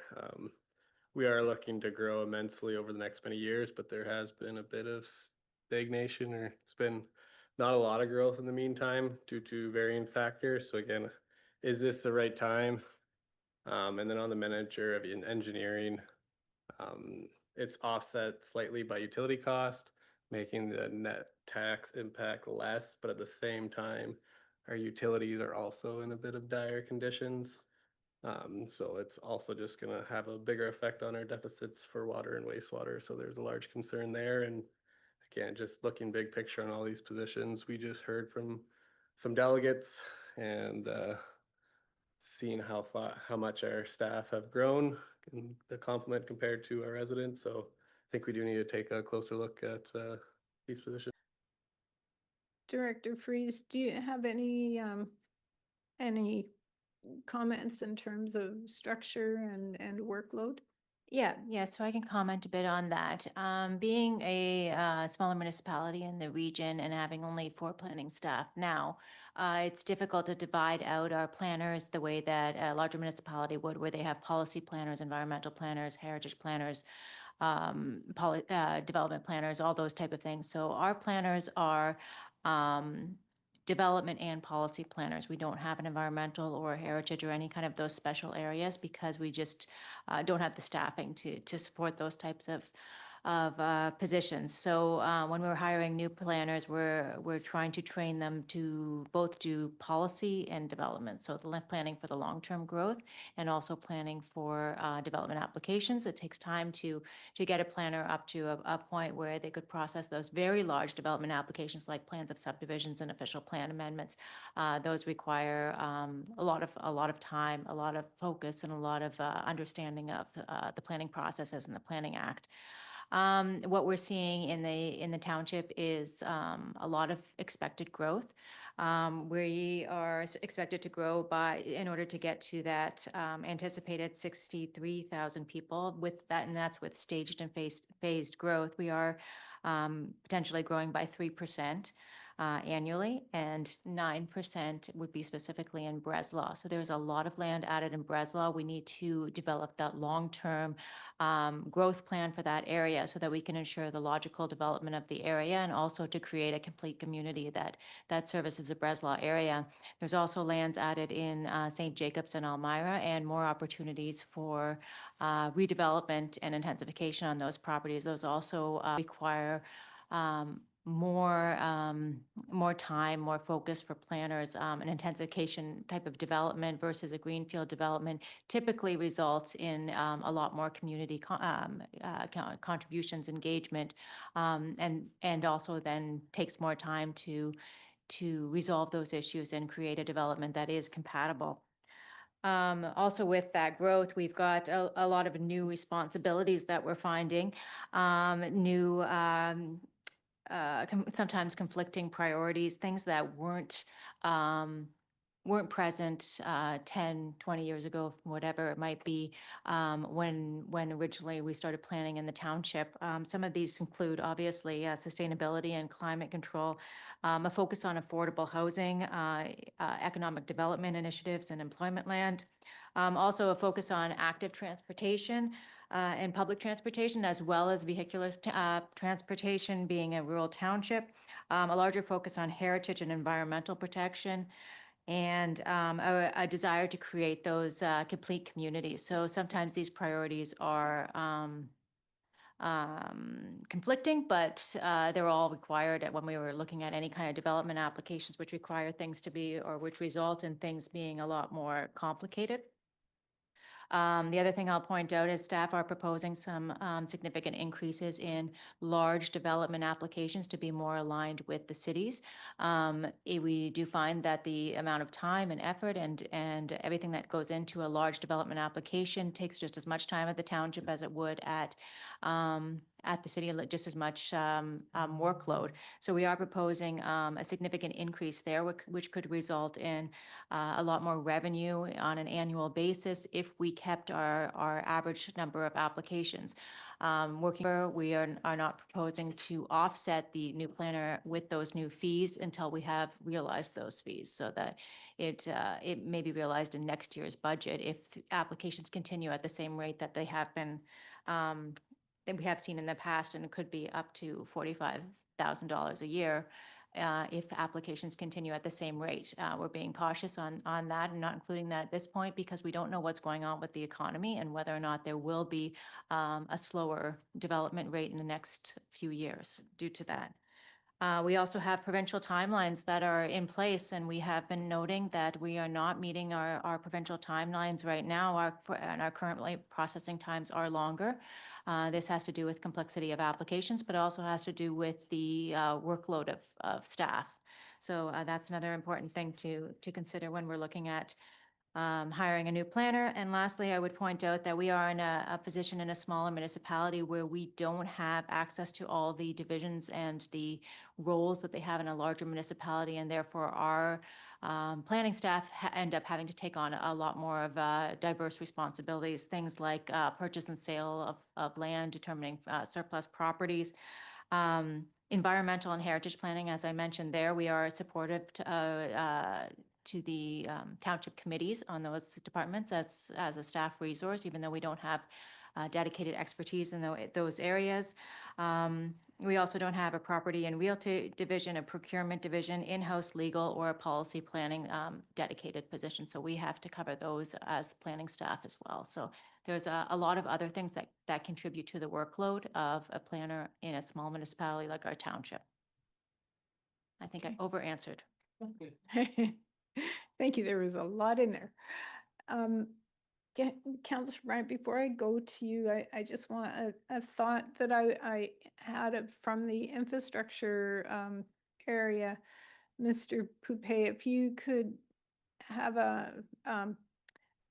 do you know the lane kilometers that we service, and can you go back in time and see changes in that, say the last 5 years or 7 years that Director Lynn's department could do like sort of a lane kilometer per household or something, sort of like a KPI that might be helpful for comparison? Through you, Mayor Shantz, to council, I'm not going to have exact numbers here, but roughly around 7 to 8% increase in our road system.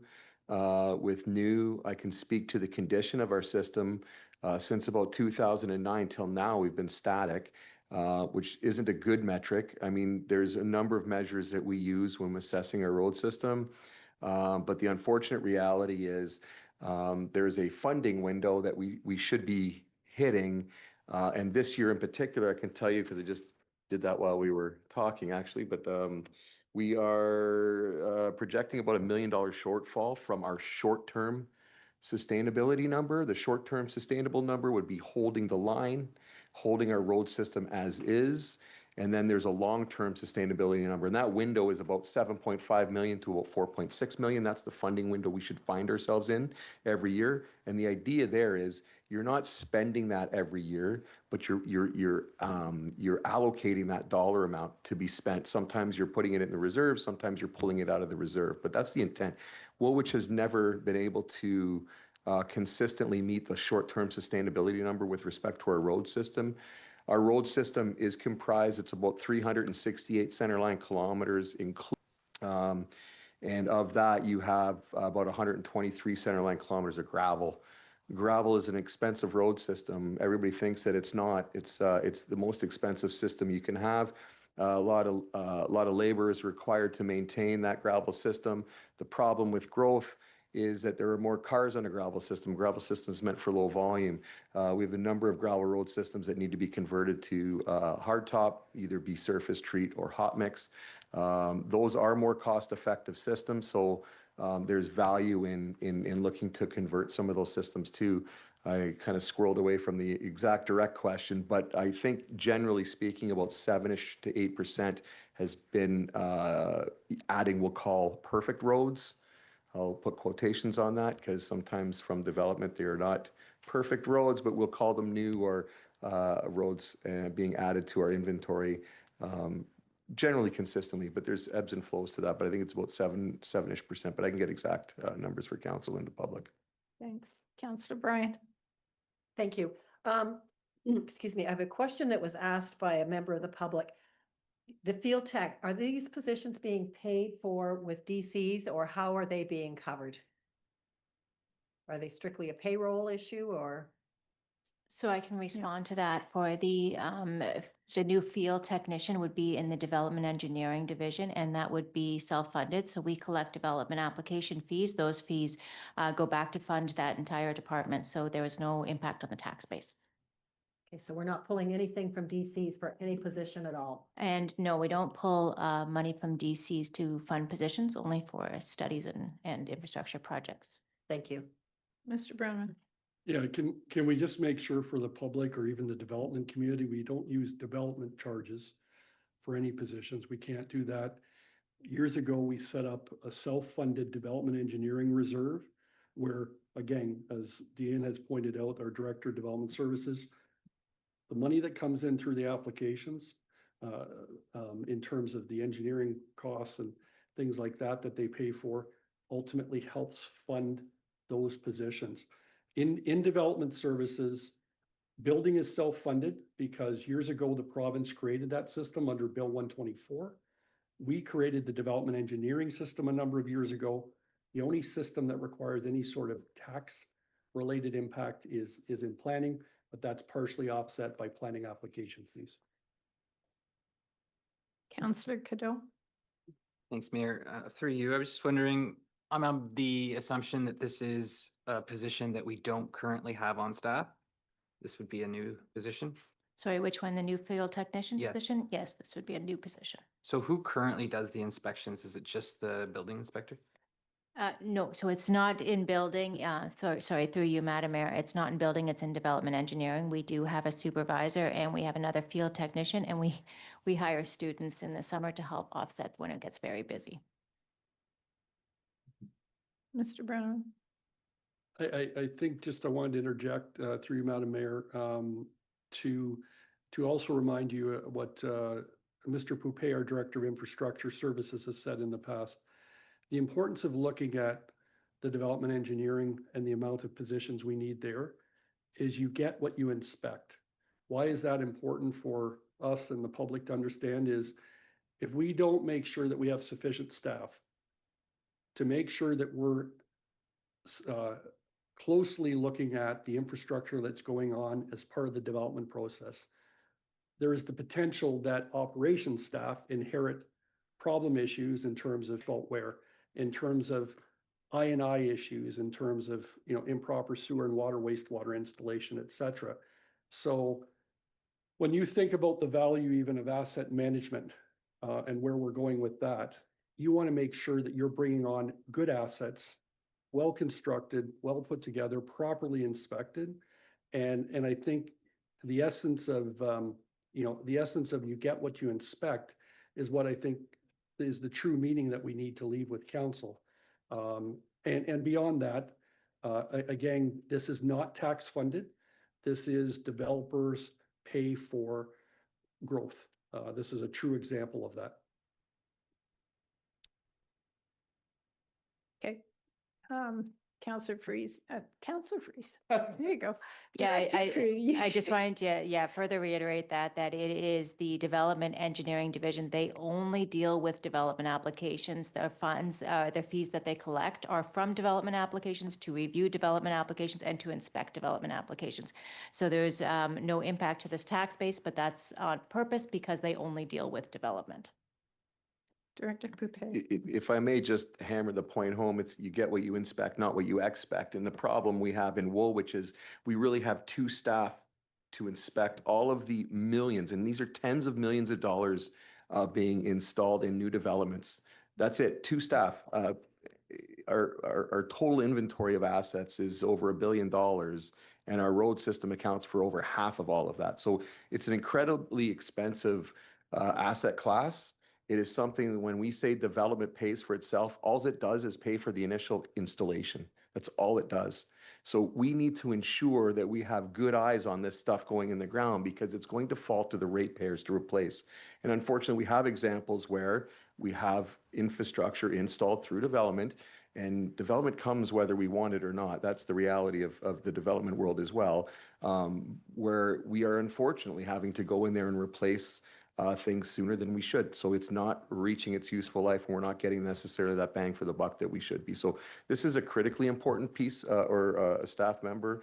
I think we're deficient by more than just one, in my opinion, given all of the development that is looking to take place here and giving some of the challenges we've had in the past. But the fact that, just again, reiterate that it is self-funded through development and it's not a tax hit is an important piece. Thank you. Counselor Schwint. Thanks. I wanted to follow up on your question, Mayor Shantz, on the road inventory. We have Dr. Poupey was talking 7 or 8% increase in roads, whatever that was. But you also mentioned there's a $1 million minimum shortfall in what our target allocation has been to roads, I believe, over the last number of years to meet minimum standards. But at the same time, I heard you say that since 2009, our road conditions are static. So to me, there's a disconnect there.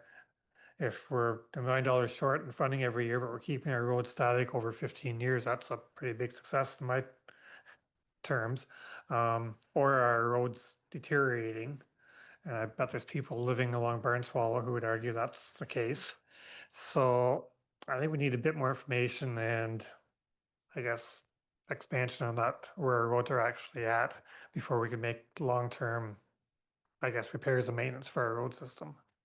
Yeah, and through you, Mayor Shantz to Councillor Schwint. So I think what's happening is we're adding perfect roads, we'll say, and yet our condition is holding. It should be increasing. By adding perfect roads, we should be increasing, but we're not because we're underfunding our existing system significantly. So the fact that it's held is a horrible story, really. It looks good, but we're on a cliff essentially with the road system. So again, this year we are knowingly underfunding what we should be just to hold the line, so to speak. So consistently at 2009, I say it's been holding, it's slowly dropping, but we're adding again brand new roads. So that's I think as good a perspective I can do at this moment without providing additional information. We can certainly do that. We've been doing roads need studies since 2009. We have excellent database on our road system. So we can certainly provide some additional information on that. But that is a very worrying tale. Our system should be incredibly in good shape, and we struggle just to hold the line while we're adding brand new roads from developments. And Director Freeze had just mentioned the amount of plans of subdivision that have been coming. That's pretty significant for an organization as such as Woolwich. I will also remind council, there was a study done, I believe, in 2010 that looked at what we would need to increase our infrastructure reserves annually to catch up essentially to the infrastructure deficit. I think it was 4 to 5% per year, was it? 4.4%. Yeah. So we have not done that. So yeah, that plays into it some. Did you have another question?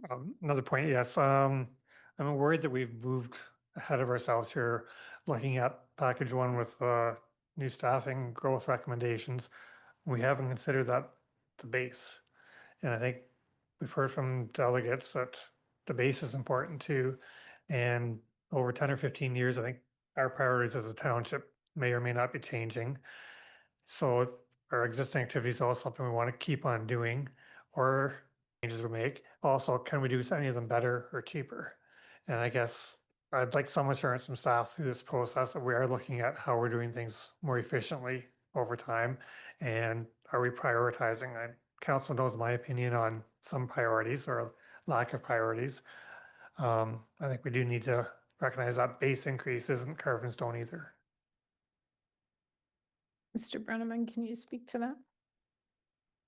Sure, I can probably best speak to it from the standpoint that, I think as we're looking at the total picture in terms of staffing context, I think there's a couple of things to, balance off, things you've heard tonight, things you've heard, no doubt, from other constituents is, I think it's important to recognize a couple of things. One is, when staff in the past, outside the strong mayor's budget, in the past would have brought forward the budget, our job was always to bring forward to you staffing justification analysis and forms. No position has ever got added by staff alone. They've always gone through a vetting process with respect to council. In fact, as you know, even on this council, sometimes a request comes back 2 or 3 times. Case in point, the fire training officer, before you're convinced that there's been suitable justification analysis. So sometimes even you're pushing back in terms of whether we've done a full enough job. I think also it's probably helpful to raise as well. We talked earlier tonight about the fact that, you've heard that, we've increased greater than, in terms of the growth of our population or our households. But we have to remember, when you work in the municipal sector, over the last 20 years, for example, downloading from the federal government to the province and downloading from the province to the municipalities. Case in point, what positions have we added over the years, for example, that have been directly attributed to the province of Ontario? Case in point, years ago, we had to add a deputy fire chief and CEMC type position because of changes the province made in terms of emergency management responsibilities. Over the years, we've also added, for example, a financial analyst position when tangible capital assets became the priority for municipalities to implement. We also had to implement asset management coordinator position when the province created asset management legislation. When, years ago, when Walkerton was the big thing and changes were made with respect to water and wastewater. Again, I don't want to go on and on. There are lots of positions I can give you over the last 20 years that would have been added directly attributed to provincial downloading of responsibilities or legislative or regulatory changes. As well, speaking more to Councillor Schwint's point, in 2019, council and staff of the day went through a reorganization where we looked at our structure and ways in which to become more efficient, et cetera. What that resulted in was yes, an increase in staff when we blew up engineering and planning into 2 separate departments. That did create a director position, but again, the thinking at that time was there was too much on the plate of one director in engineering and planning to be able to manage both the engineering and infrastructure side and all the pressures of growth that we would be facing. Some of the other things that came out of that, if I recall correctly, is there was some analysis on or about that time that was done in the area of IT. IT was contracted out to an outside consulting company. We looked at a business case and it was found that it was cheaper to actually bring in-house resources and more efficiency and more cost effectiveness out of that solution. Also out of the reorg, we actually didn't have, for example, a dedicated human resources generalist position prior to the 2019 time period. What did that mean from an efficiency standpoint?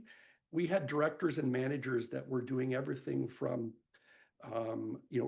basic recruitment efforts in terms of setting up interviews, in terms of doing the follow-up, the reference checks, et cetera. Not very efficient for the level of pay that we provide those positions.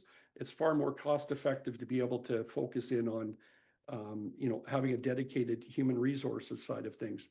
I won't go on at greater length, but you could go through the last 15, 20 years, whether it's through the justification forms that would have provided the analysis, or just the very fact that not every position has been directly attributed to growth.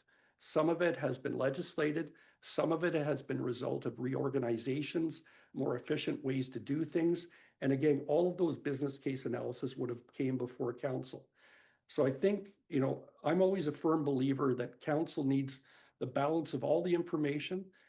There's definitely relevant data that you need to be aware of. There is no doubt the stats do show that we have had increases in staffing, which has increased in our budget.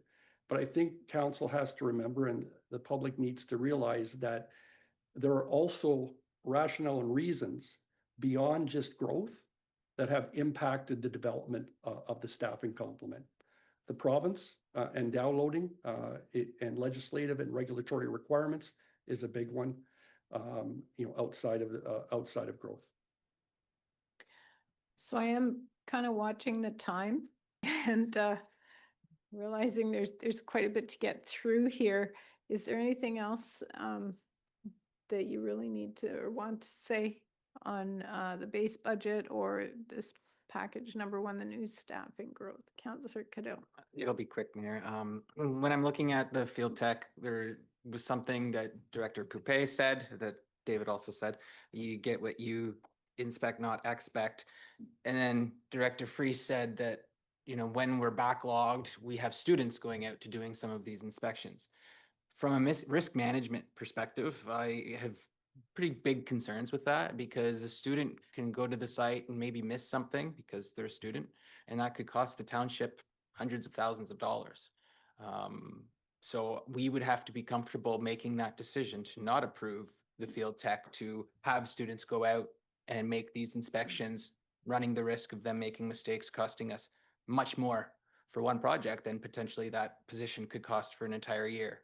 And so from that perspective, it really makes me wonder if this is something that we should be supporting. Okay. Thank you. So I think what I've heard here is rationale for the new planner, with a little bit of discomfort from some of you on that. I haven't heard a whole lot about the field tech. Manager of engineering, we had a little bit of discussion around that. So if you've got other input on that, you can get it to me offline, okay? And I think we'll move on and try to get through some of these. Director Lynn, if you feel like jumping or feel free to do that. Thank you, Mayor Shantz. And I do feel like this was probably the heaviest item on here. Some of the other ones hopefully won't take as long. But I do definitely want to make sure that we can get to as much of this as possible. Also, there's the capital pieces. I know it's at the end, but I think those are important conversations as well. The next item, again, we try to frame this in the objective approach. So the objective here is to ensure that we have appropriate reserves to replace our equipment. So what's included here is a full increase in the need for fire. So it's roughly around 500,000. This includes both fire vehicles and equipment. So it's not just the fire trucks, it's also their equipment. We also added a smaller amount, around 45,000, to more sustainably provide for recreation and community services increase. What it doesn't include is operations or the IS vehicles. There's less from our initial analysis that we saw as a need to increase the IS, but we'll talk a little bit more about cost allocations later. So I think more analysis just needs to be done there. Also, it doesn't include things like IT contributions and anything else. Those are in capital. And I think a really important piece that was discussed was potentially we could be phasing in these options. So this is the full increase, and we'll just go to the next slide. What you're seeing here is that full 500,000 increase for fire and the full kind of $45,000 increase. Obviously, fire is the largest one, and it is almost just with those two, it's almost a 3% tax rate increase. And there would be options potentially to phase these in, which would lower the overall tax levy. We wanted to show the overall need here without, and then have the discussion about potential phasing. Could you talk a bit before just what a phasing might look like? Through you, Mayor Shantz, probably it would look something like a 3-year phase in, which would be what we would recommend, which would be closer because you're cumulative. It would be closer to kind of a 1% increase each year. So you could potentially reduce the tax rate increase if you did phase that in by 1.8% potentially. Thank you. Councillor Bryant, Burgess, Cadeau, Grant, and Schwint. We'll just go right around the table. Thank you. Through you to Colm. How much do we currently have in the fire reserve, please? Through you, Mayor Shantz, to Councillor Bryant. I don't have those numbers fully on hand right now. I will definitely get those numbers and calculate it. One of the problems, especially with the fire reserve, is we had 2 fire trucks, and we'll maybe talk about this a little bit at the capital budget, but we had 2 fire trucks that were purchased in 2024, which are due for delivery in 2026, so we need to account for those. The other item which we've looked at splitting out is all of the equipment reserves was kind of, I would just call it jumbled together. And so what we're trying to do is split out the fire, recreation and infrastructure services or public works into separate reserves so we can track the needs for each one of those.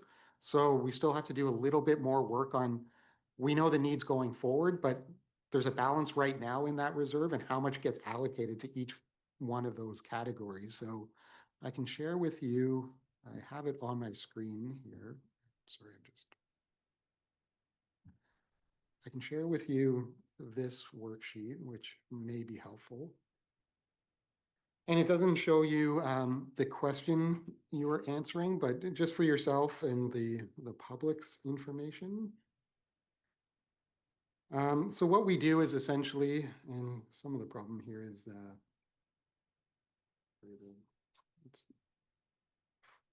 panes are frozen. But essentially what we do is we list all of the different fleet and equipment, and we'll include this with the final budget package. But we look at the current replacement cost, the average useful life here, what the cost would be, and then look at kind of a 20-year time horizon for equipment replacement. And then we look at what we're actually contributing now in like reserve contributions. And then so we know, based on that estimate, how much we're short essentially on the annual contribution we would need to fully fund that equipment. So I was just going to show you this kind of bottom number. Again, the replacement values change, the useful life can change on any piece of equipment, but it's somewhere like this. So public works is probably a smaller amount, around 45,000 over the 20-year period. The biggest need really is in fire vehicles and equipment. It's in this one, it's actually 650,000. Again, you have to account for maybe we could extend useful lives and different things. And then RCS, for example, and that's where the 45,000 does have a higher need as well. It's closer to 80,000. So that's where we're recommending around 45,000 and around 500,000 for fire. So that's how we get kind of the shortfall in needs. And we look at kind of each one and how much we're contributing to that reserve based on kind of the need. So we have one of these for each one of the departments and kind of seeing that shortfall. So that's how we came up with that number, but I can give you more of that actual equipment reserve analysis. Yeah, that's what I'd like. And also, I think I would like to see it stretched over 3 years, so it's not such a large impact on the public. Through you, Mayor Shantz. Yeah, I agree with Councilor Bryant there that just to slap $500,000 out of the blue for equipment reserve is a significant ask. I realize prices have gone up substantially, especially in fire vehicles. But if I think next year the fire master plan is coming out, and it'd be nice to kind of hold off on some of these to see what that's showing. Is there a possibility, as the director said, of extending the life of some of the vehicles in fire? I know we've discussed that a bit. And could that spread out some of these costs? So it'd be nice to wait to see that come to council. And on the RCS, again, vehicles are expensive, but last year, council approved an increase to their fleet. I voted against that, and I was trying to get more information then on like, what is our vehicles we're using, what's the purpose? Because when I go to the WMC, other areas, often you see vehicles sitting around, and again, I don't know the full story, but it was hard to get clarity on that information. So before I'm putting money towards this, I'd like to have a better clarity on what our existing fleet is, what it's used for, and is there cost saving measures there, or could we downsize that? Councillor Cadeau. Thanks, Mayor. Through you, definitely agree with my colleagues. 3 years at least, maybe even longer if we could do it. Do we know, do we have fire here? No. Do we know when the next large purchase from fire is going to come due? I know that we're legislated for every 25 years. I know that we want to extend it by a little bit. Is it coming up in the next 3 or the next 13? I think that that really matters by how much we squirrel away now. Director Lynn, do you have that? Through you, Mayor Shantz, I have the spreadsheet open. I can try to find that information if you just give me a few minutes and continue the conversation. Yeah. Councillor Grant. Yeah, thank you. Generally, I'm supportive of putting money away as a rainy day fund for reserves. We know that vehicles have seen a major inflation since post-COVID. They don't look like they're coming down at all. And I know fire trucks in particular have a limited number of people that actually make them. So that price is kind of a niche one as it is. So I agree with my colleagues that I'm generally supportive of putting that money into that fund. I would like to see the phased approach, I think, for fire. Councillor Burgess' point on the reserve for RCS, I do take note of that we should get a good accounting of what is currently in that. I don't necessarily think that we need to reduce, though, putting money away into that, because that's money that can be used to replace vehicles as on an as-needed basis. So, yeah, I'm just kind of reiterating that I'm in favor of putting some sort of reserve fund away for equipment. Councillor Schwint. I think we need more information on these reserves before we can make a good decision. It's showing $500,000 shortfall in the reserve. Is that a one-time injection? We need to get that reserve fund up, or is that an annual contribution? If it's annual and we're phasing it in over 3 years, for example, all of a sudden we're short another $1 million by the end of the phase-in period. So that's a significant thing we have to know ahead of time before we can say phase in or don't phase in. But I think Councillor Cadeau said extend the life of these assets is going to be a necessity, not a like to have. Director. And through you, Mayor Shantz,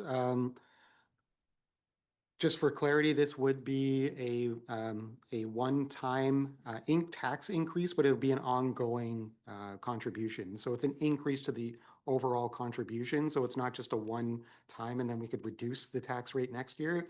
This would be in the tax levy. To your point, Councillor Schwint, we would be then a shortfall. That's why it's not a full, I said 1.8% reduction instead of it's 2.8 divided by 3 is less than that, because you are playing catch up then with the phase in. The phase in approach would also give us more time to do kind of more analysis with the fire master plan and look at that. I could say pretty confidently that 1/3 of this amount would definitely be needed no matter what we do. So that's where I think we would definitely kind of need some kind of contribution I would recommend. And just to the other point, I think, and again, this hasn't been fully vetted, but just hopefully for clarity, looking at kind of the future needs, probably can't read all of that, but this one says there's an aerial potentially, but it's DC funded. That would be in 2027. Like we're looking at future costs. One item, again, these would all come to council, but there would be potential debt issue related to that because we wouldn't have the fire DCs. We wouldn't have 2 million in fire DCs likely at that point. And then it looks like there's another two big, I would say 2028 is the big replacement year. It looks like over $3 million is scheduled for replacement in 2028. Again, the fire chief would have more information on that, whether we could defer those, but it would be over $3 million then needed for that. So that's why we're trying to build up something, we probably still wouldn't have enough to purchase those, I would say. But CAO Brenneman.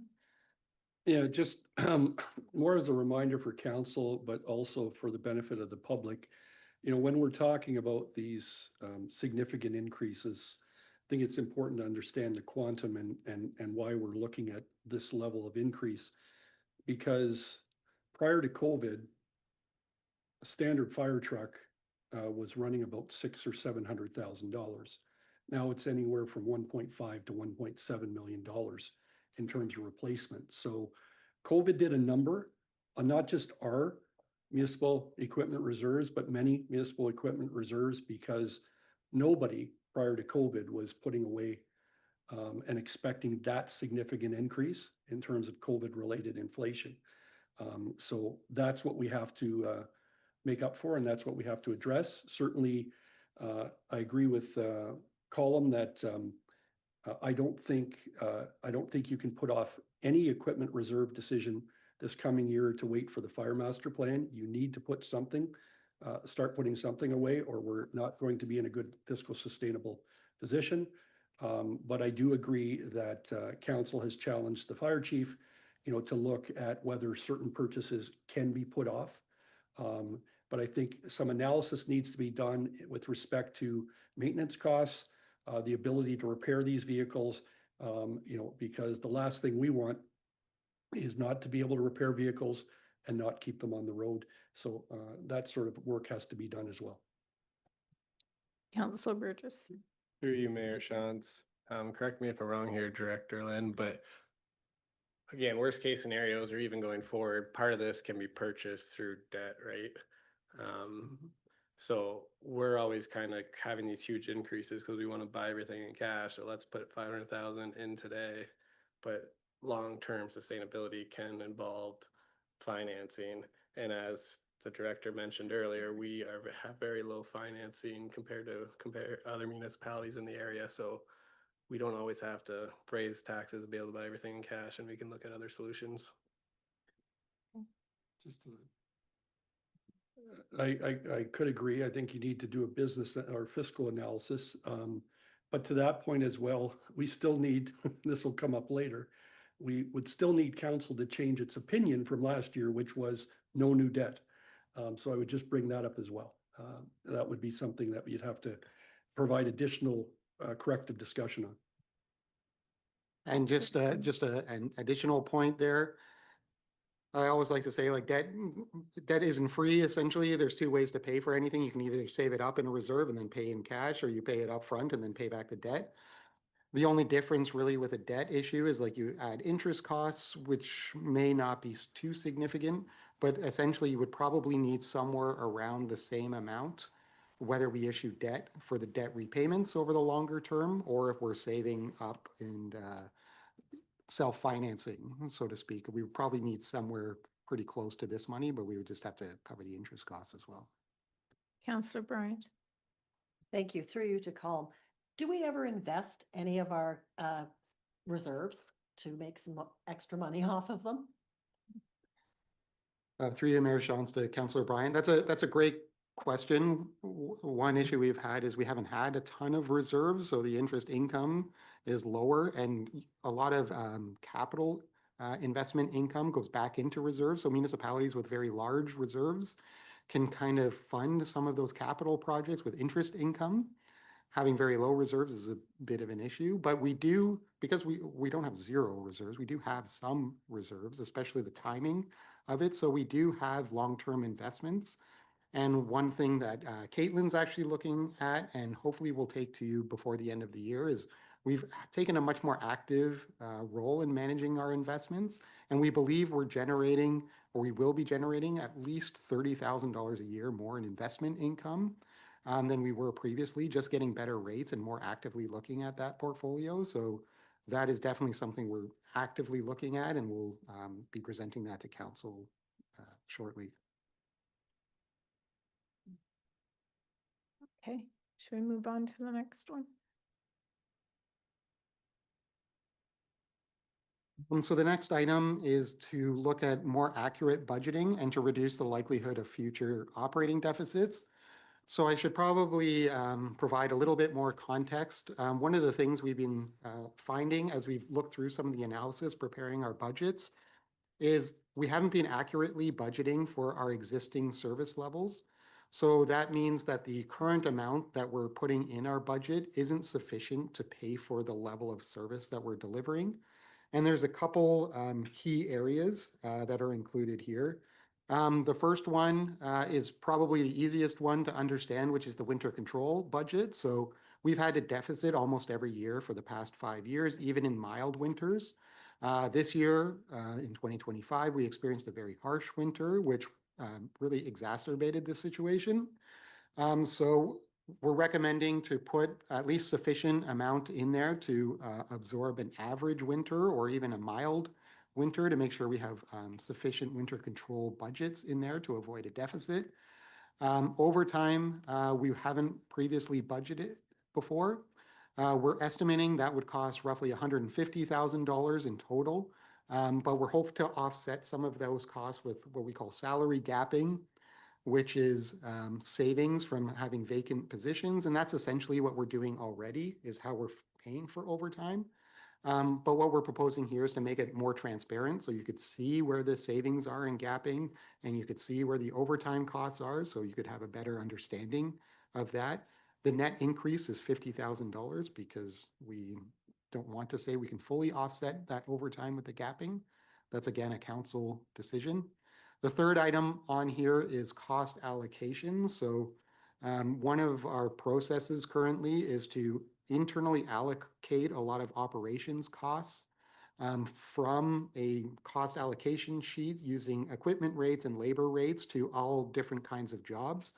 In some of the analysis, we found that historically we've had a deficit from this practice, which has resulted in a deficit. So part of the deficits that would have been reported to council over the years has been partially due to these cost allocation adjustments, and they only show up at year end when we've fully allocated all of the costs and there's still kind of a remainder left over. So what this doesn't include is any service level increases. So I want to be kind of clear that this isn't a service level enhancement. Nothing in here is an enhanced level of service. It's to provide the existing level of service. It's just budgeting more appropriately for that, for the cost allocation. Winter control is in there, the actual operating cost, but it doesn't include reserve contributions. So we're not actually putting money into a reserve. We're just funding our existing operating costs.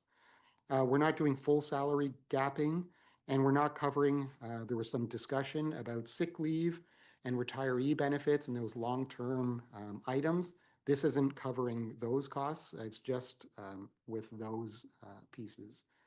So again, this is just in a little bit more detail. So $273,000 to avoid a deficit in 2026 for cost allocations. Roughly $200,000 for winter control to avoid a likely deficit in 2026. And then the overtime budgeting, an increase in overtime budgeting of $150,000, but offset with salary gapping. Again, either of those numbers could be adjusted up or down to get a net zero increase. But these are all essentially costs that we're already incurring. We're just more accurately budgeting for these to try to avoid a deficit in 2026. Councillor Schwint, I'll start on this side. Thanks. So a couple of points on that. On those cost allocations that we've been incurring but not recognizing in the past, we were offsetting that with money from Innova essentially. And we're assuming that Innova is going to pay us less going forward. Can you quantify how much less we're expecting from Innova? Be first question. So with the Innova dividend, I should try to clarify again for council and the public because it is a little bit confusing. I would say the best way to think about it is we get kind of a regular dividend and a kind of a bonus dividend. So we get the regular dividend, which has been going into our operating budget, and it's around $680,000, $700,000. We're proposing to put that into the capital budget going forward, that regular dividend to provide ongoing capital funding and offsetting that with tax-supported funding. So it's more going to the capital budget. So that's that regular dividend, and we're going to get that continuing. The other dividend is what I'm calling a bonus dividend. So as part of that amalgamation, certain municipalities got an extra dividend, almost like a doubling of the dividend, and we only got that for around 3 years or so. This will be the last year that we'll receive that Innova dividend, and that's another 650,000. So what we've been doing is putting that dividend into an operating contingency reserve. The problem is then it almost every year for at least the last couple of years, it's come right out. So we haven't been building up that operating contingency. We've been using that dividend to offset this. So we had that dividend last year, which we used to offset it. We're using it this year potentially to offset a potential deficit that we're projecting, but we won't get that surplus dividend in future years, that bonus dividend. We'll still get the base dividend, but we won't get that bonus amount in future years. So that's about a 3 to 4% revenue hit we're going to take going forward. That's just off the top of the line we need to remember. So I think that's important for council to think about. Secondly, talk about the retirement and sick leave program. That was a concern of council back in the winter. I thought we were going to be looking at options this fall to address having some sort of accounting and security for that. What's the status of that? To Councillor Schwind, we have done kind of a preliminary analysis. Again, it's been kind of shelved a little bit, but we have started that analysis, and we could take that to council between now and the budget to see that, to inform potential budget discussions. Councillor Bryant. Thank you. Through you to Calm. In regards to the overtime budgeting, would it not be possible to do time in lieu of overtime to save us some funding there? Through you, Mayor Shantz, Councillor Bryant, we do time in lieu as well.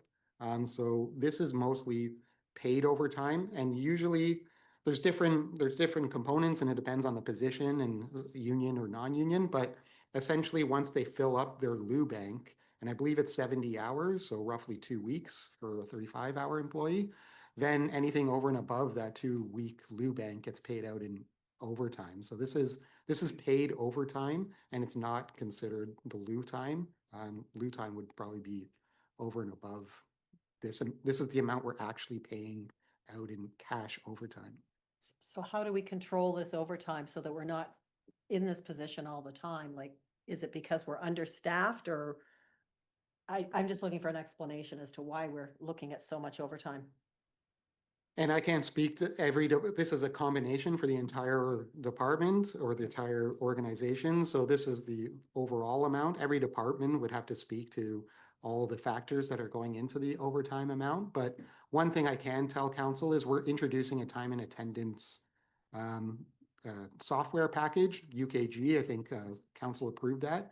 We do get very poor, I would say, time reporting out of our current system, and we're hoping that our new system will enhance all of that overtime tracking and reporting. We'll have a lot better information to keep a better handle on overtime. Yeah, because I would be interested in seeing which departments are using all the overtime and then figure out how we can deal with it going forward.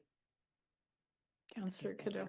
Thanks. Just picking up on that, totally agree. Overtime was one thing that I saw on this screen that jumped out at me. Philosophically, I don't think that we should be encouraging overtime. We should be discouraging overtime. So I would be more inclined to leave this out of the budget completely, because then it would force the directors to seek approval. And I guess that kind of speaks to my second question. What is the process for overtime? You're kind of mentioning that the software we have isn't very good at tracking, I imagine. It's nice to be able to address that, but again, I would like to discourage overtime whenever possible. I think that we should do a better job tracking the lieu time that's accumulated and ask for the staff to take the holidays rather than paying it out in cash. Just through you, Mayor Shantz, to Councillor Cadeau. Just 2 quick points on this.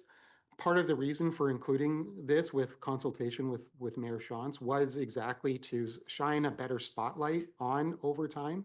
Right now, it's just right in full-time salaries. There's no budget for overtime, so you don't see the cost of overtime. So we're going to put in hopefully a separate line, whatever that number is, even that if that number is very small, we should be showing overtime so you can very directly see what the overtime costs are instead of getting kind of buried as it is right now.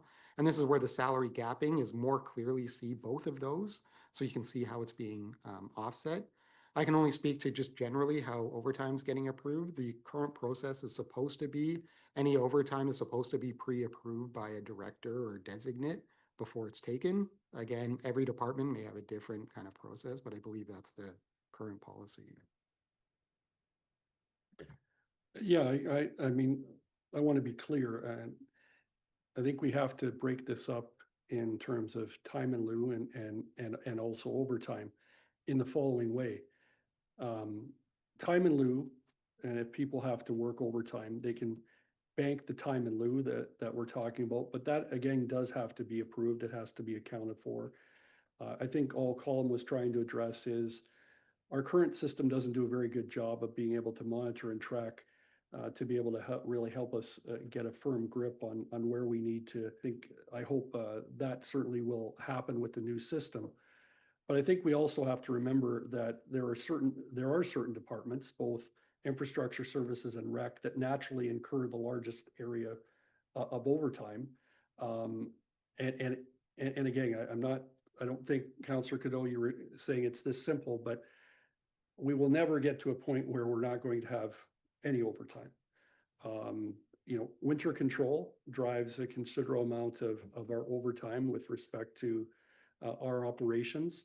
I'll let Mr. Poupace or Mr. McGuire speak to the fact that I think one of the reasons the additional operations supervisor position was justified last year was to help in terms of reducing and trying to mitigate some of the overtime.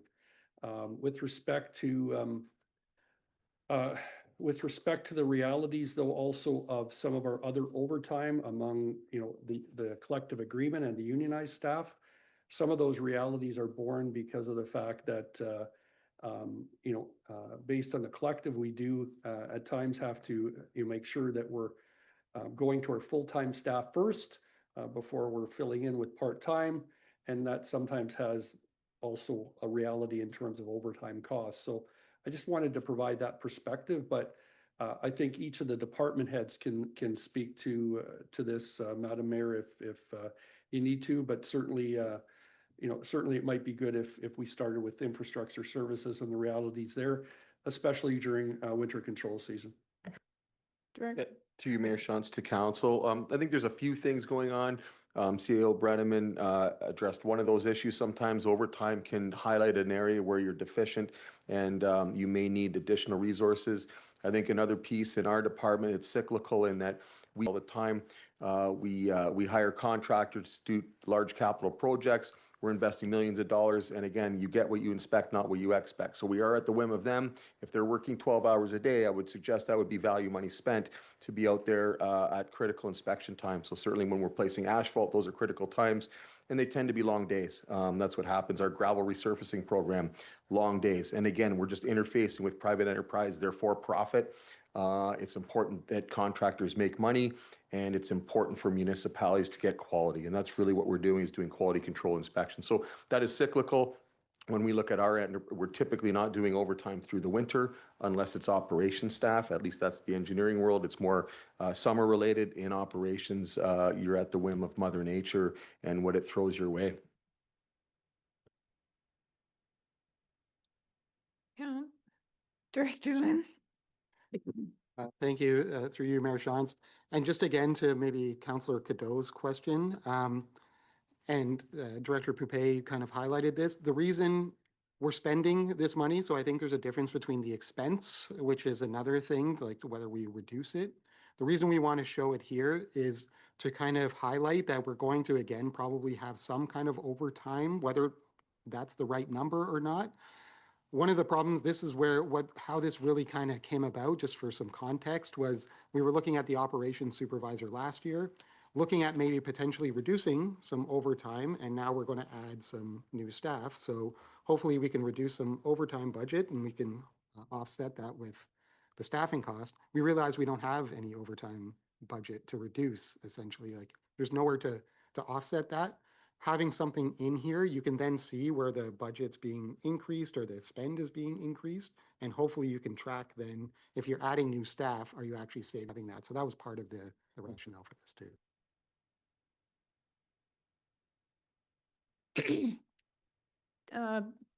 Thomas, do you want to speak to the RCS? Mayor Shantz, through you to council. So overtime primarily in the You're Recreation Community really hard Services to Department. hear. Can we turn it up at all? Can you get closer to your mic, maybe? Yeah, can you hear me or no? We can, that's better. Okay, so overtime in Recreation Community Services is primarily just driven by our unionized staffing base. So mostly through the winter months when we have staff take vacation or use sick time, we need to backfill those with other full-time staff. So, single operator at St. Jacobs Arena, we typically have 2 operators on at the Woolwich Memorial Center. So we're backfilling those just to be able to operate those buildings. And then through the summer months, most of our overtime is primarily driven by cemetery interments. So we have a number of interments on weekends, and they often come, scheduled 2-3 days prior to. So we need to make sure that we have staffing in place for those as well too. But within RCS, it's primarily just on the unionized side and not on the administrative side. Okay, thank you. Director Freeze? So for development services, there's some overtime for workload, just keeping caught up with things. And there's also some overtime for staff attending council. So we have planning staff that do come and attend council and present their applications. So those hours would be counted as overtime. They have the option to bank it and take it as lieu time. However, the issue always with lieu time is that it takes away more time from which results in us getting behind and having to work overtime, and it's a cycle. So the alternative is you can pay out overtime as well. Director Smith? Thank you, Mayor Shantz. We also support council meetings. IT does some after-hours server work that's typically done at night, and then there's other staff who, for various meetings or other things like that, do some after-hours work. We do our absolute best to make sure that we're not paying out that time, so we try to take the time elsewhere. I will note, though, for council that when we have a staff gapping, as noted on here, sometimes the only way to do that, to keep business running, is to pay that out. Thank you. Did you want to add anything on that? No. Councillor Cadell. See, I was chomping at the bit, eh? I was really- trying to let you forget. It almost worked. I really appreciate the conversation. I think it's important that we're tracking overtime to see where in the organization that's happening. I just don't know that it's appropriate to budget for it, because to me, that sends the message that we're setting up a culture where we accept overtime, where we encourage overtime. If you leave the base cost at 0, yeah, we're going to see a number in there at the end of the year, but we're going to have to see justifications for every hour of overtime rather than kind of the way that it's going now. So you're suggesting that we don't show it in the budget, but we track it? Correct. Director Vin? Through you, Mayor Shantz. So what I'm hearing from the conversation too is we should put still a line in the various budgets for overtime, salary costs, overtime, and potentially, again, at council's discretion, at whatever amount that they feel comfortable with. If it's $0, then we would run a deficit for any overtime incurred, but then you could see there'd be no budget for it. Again, if it's a deficit, how are we making up? You would probably then see a variance in the salary gapping to offset it. But if you don't see a variance there, well, there's double. And what do you do to pay for it next year? You either reduce overtime or budget for it. Yep. So just curious then, would you have a salary gapping line rather than calling it overtime? Yeah, I think that it's still appropriate to have that. Now, whether or not you budget for the salary gapping or you just see what it is at the end of the year, I don't know that you can. Is it just like throwing spaghetti at the wall to see what sticks when you're kind of coming up with a gapping number? Yeah, so to me, it makes sense to have it, to track it, but to not budget for it because what's the point if it's going to be different? I'm gonna go to Councillor Grant. I don't think she's spoken yet. I was just gonna say, I agree. I think I would rather see this run as a deficit. And then next year's budget, we could have a discussion around, do we budget or do we put a certain amount into salary gapping? I think this would give us a good baseline essentially to know what our overtime looks like in the year. Councillor Bryant? Thank you. I would suggest putting a line under your salaries where you do payroll costs, benefits, and then put overtime as part of that whole salary package. That would be my thoughts on it. Versus having the salary gapping line. I think it makes more sense in my mind. Just a high level corporate number as opposed to department? Yeah, I mean, we could get a department breakdown for our internal benefits, but as far as budget purposes, it should all just fall under salary, benefits, overtime. It should be one of those packages, I believe. Okay. Thanks. It is almost 10 o'clock. How are you guys doing? You want to hang around for another hour or so? I think the options would be we carry on through here, or we bring it back next meeting, or we let Colin go through the rest of it, and then I think you want to do this in public, right? Yeah. Councillor Schwind? Just in the interest of people's time, there's a notice of motion I know that refers to this. I don't know how the rest of the sections are going to go. Should we address that and then carry on? What does council want to do? Should we move forward and finish the agenda and then come back and finish the budget? Or, because I know we have people in the audience looking to speak to part of it. That's my thoughts. Yeah. Can do that. So the rest of the I'm going to turn to Director Smith here. Should I just keep chairing, or do you want to? How do you want to handle that? I think you can if Councillor Grant, who is otherwise going to be in the chair, doesn't matter. We could go to the next item on your agenda, which is a motion regarding the 2026 budget. And then we also have fees and charges for 2026 on your agenda tonight. So it is up to council, and if Councillor Grant isn't opposed to you continuing to chair, we can just keep going. Yeah. Or you can chair from there. It doesn't really matter to me, honestly. I was just kind of looking at our percentage breakdown here for the items that we've already addressed, and we have hit upon the big ticket numbers. Looking at kind of what we have left on the schedule there, I see a 0.3, a 0.4, and a 0.3 that maybe that might be best to discuss. And then we can leave the other items to the next council. That as an alternative suggestion.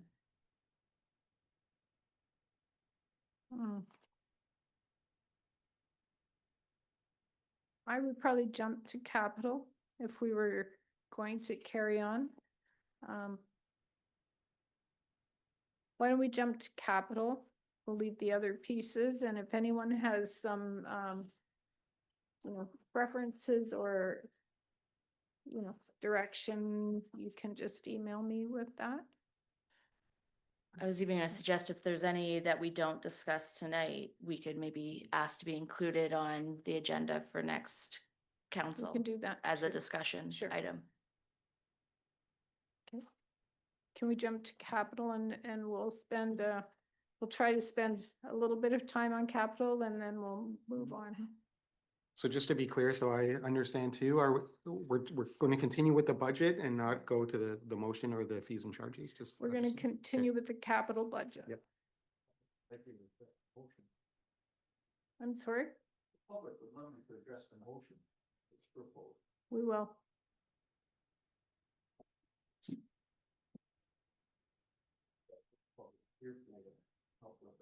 I'm fine with whatever you want to do. If public wants to hear the motion, I'm fine with that. Okay. So we'll move to the motion. Yes, Mayor Shantz, we can do that. That was the next item on your agenda. And we typically would go to Councillor Burgess, who introduced it. Councillor Burgess. Thanks, Mayor Shantz, and thanks all the delegates who have come out and spoken and shared your thoughts and concerns. It's much appreciated by us. I know we're in the midst of kind of discussing a bunch of the issues here, but I'll jump into this motion as a high level kind of what we're hoping for, what I'm hoping for, I should say, and see where the rest of council lies. Yeah, life is expensive and it isn't getting any cheaper. People are feeling the burden, and as local government, it's our job to help out. When residents are tightening their belt to make their personal finances work, we need to be doing the same. But this council has constantly been doing the opposite. We've seen 8.03%, 8.7%, and 10% property tax increases over the past 3 years. And these are compounded on each other. This is unsustainable and unacceptable. We need to focus on our core responsibilities until we get our budget under control. Council has basically 3 ways to control the budget. We can, by firstly, setting the initial parameters which staff have to work within and find a solution. This is the most common and easiest way to approach it. But yet, year over year, I've been outvoted on setting a low parameter. If we are letting and giving direction to staff from the get-go that we would accept 10%, of course, this is where we will land. Option 2, council can come up with our own solutions for cost-cutting measures. We can look at hiring freezes, layoffs, cutting funding to certain departments. Or option 3, we can look at micromanaging. This would entail getting into GLs, focusing on one department, maybe doing a deep dive into their books, looking for cost-saving measures. These are kind of the 3 ways we can look at kind of finding savings. And I must say, I've been kind of stonewalled by this council on all these solutions every year when I bring them up on the public record or privately behind the scenes. Only Councillor Bryant and I have been pushing back and going against these budget increases and simultaneously trying to find solutions. So again, I'll put forward this motion. I'll read it out loud to once again try to limit our property tax increases and set budget parameters to target inflation and to put a cap of 5% increase of property taxes for this budget and going forward, so councils, this one and beyond, can look at reining in their spending. So I'll read the motion on the agenda. Whereas residents and taxpayers across the townships are facing significant financial pressures due to the rising cost of living, including housing, food, fuel, and other essential expenses. And whereas affordability remains a top concern for many households and businesses within our community. And whereas ongoing economic uncertainty, including the impact of tariffs and global market instability, continues to place an additional strain on local businesses and consumers. And whereas Woolwich Council has a responsibility to balance delivery of essential services with fiscal prudence and affordability for taxpayers. And whereas the last 3 budgets have been unsustainable increases for residents of 8.03, 8.7, and 10%. Now therefore, let it be resolved that the Council of the Township of Woolwich recommend the mayor arrange a 2026 budget for township services that targets the rate of inflation, which right now is currently around 2%, just over it. And direct the mayor and staff to look at limiting this budget and future budgets to no more than 5% while maintaining vital services and seeking efficiencies wherever possible. So I'd move that motion if someone wants. Okay. Discussion, Councillor Schwinn. Sorry, I have my mic on. A point of clarification. I heard 2% is the target this year. And I also heard that 5% is a target this year. I'm confused on which one we're going to go with. Yep. So the target right now, the way I put it in the first step there, maybe I should reread it here. We're looking at targeting the 2.5%, which is what inflation is. We realize there's a lot going on here, but what we were wanting to do, and I know other townships and regions have done this, is they've kind of put a bit of a ceiling on rates. So you kind of have this, again, almost what we're doing right now, although it's a bigger range from the 4% to the 12%. So we're kind of looking at targeting 2.5, but again, there's extenuating circumstances that we could look at increasing that, but we want to kind of put that cap of 5% because again, even 5% is a high number 4 years ago. So yeah, and that would be looking forward for future councils too. I will, I notice here that Mr. Haywood has registered to speak to this motion too. So before we get into debate, if you've got questions for Councillor Burgess, we'll ask questions and then we'll debate later. So I'm not seeing any questions. Then Mr. Haywood, welcome back up to the podium.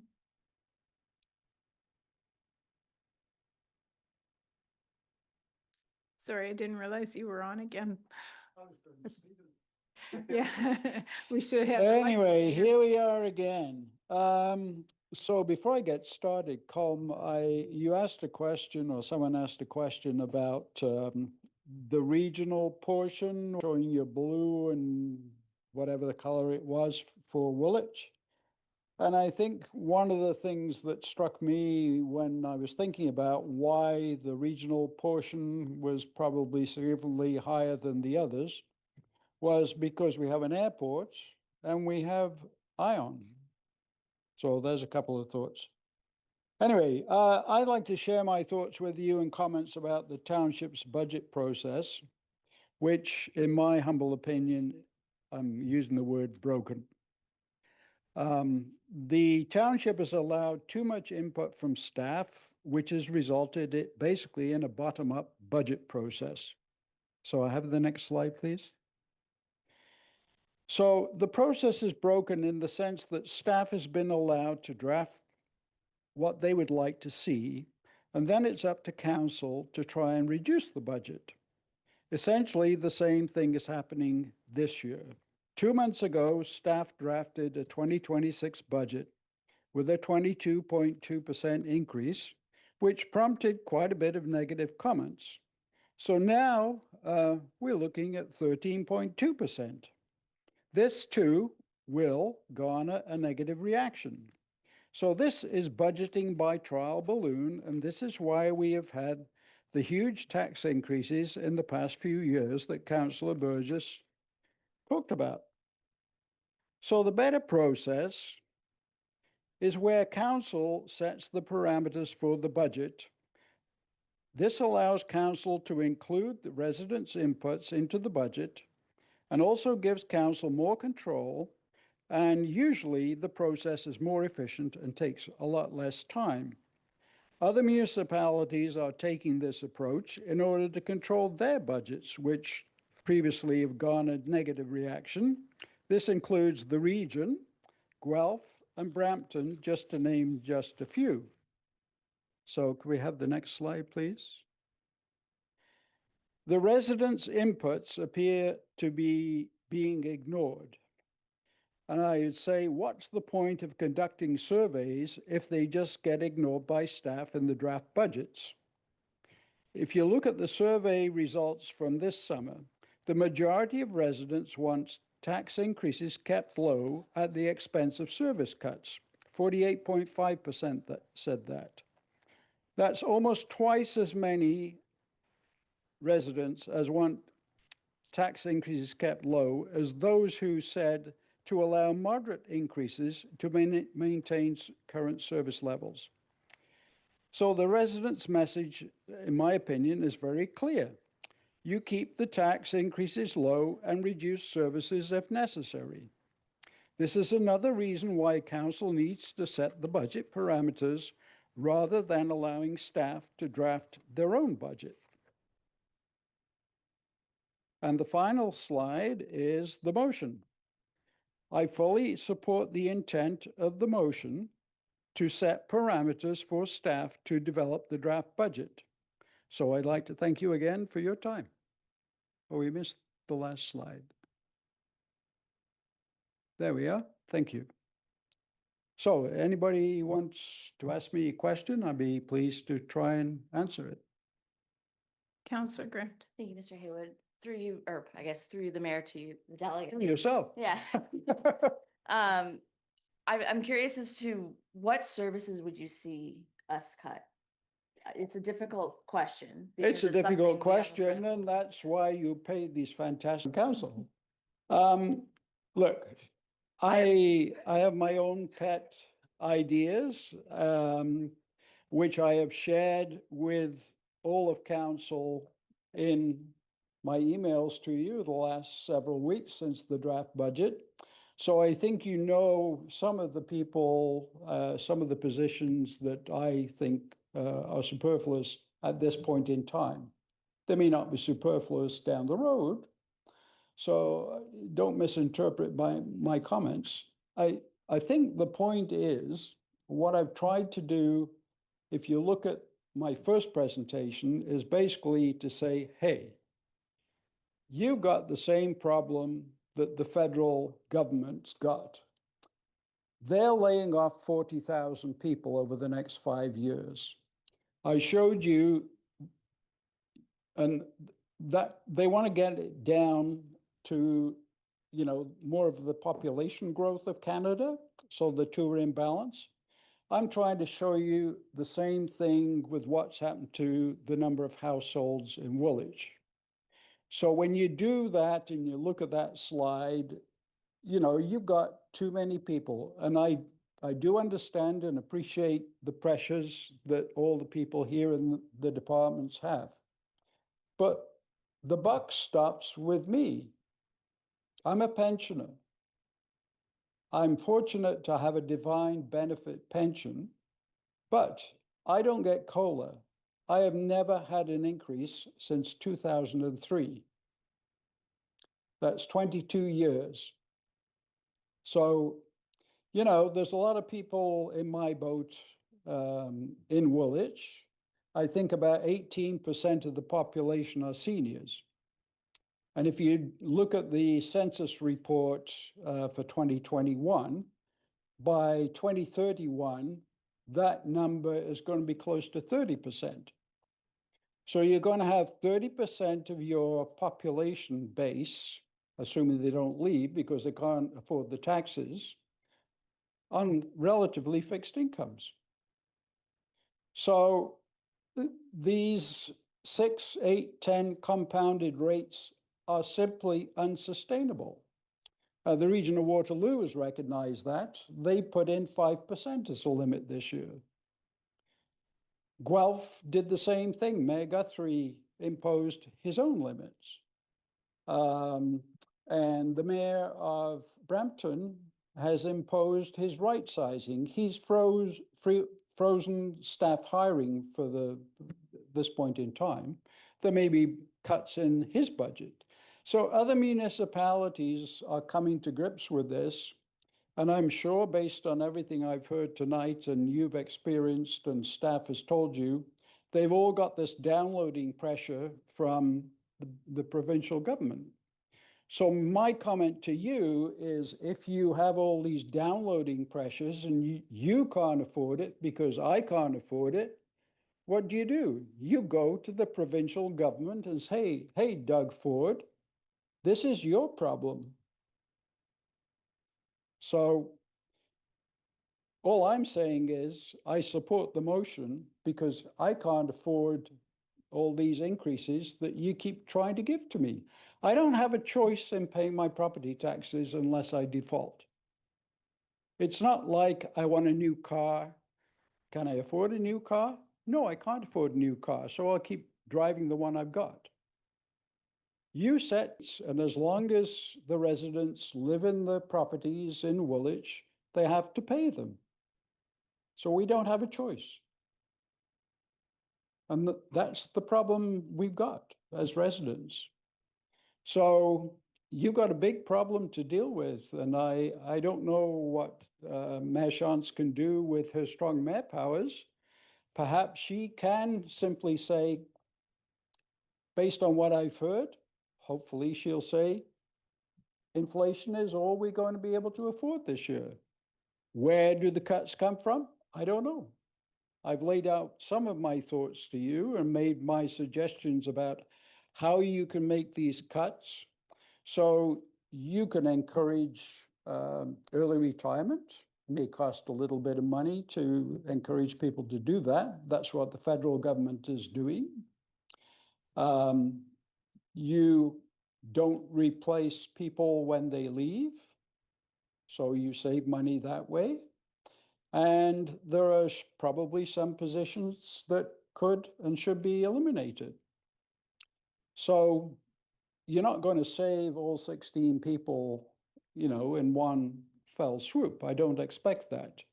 But I do expect you to take some kind of direction down that road to reduce the burden, because when you look at the numbers, and Colm knows better than I what percent of the operating costs is salaries, wages, and benefits.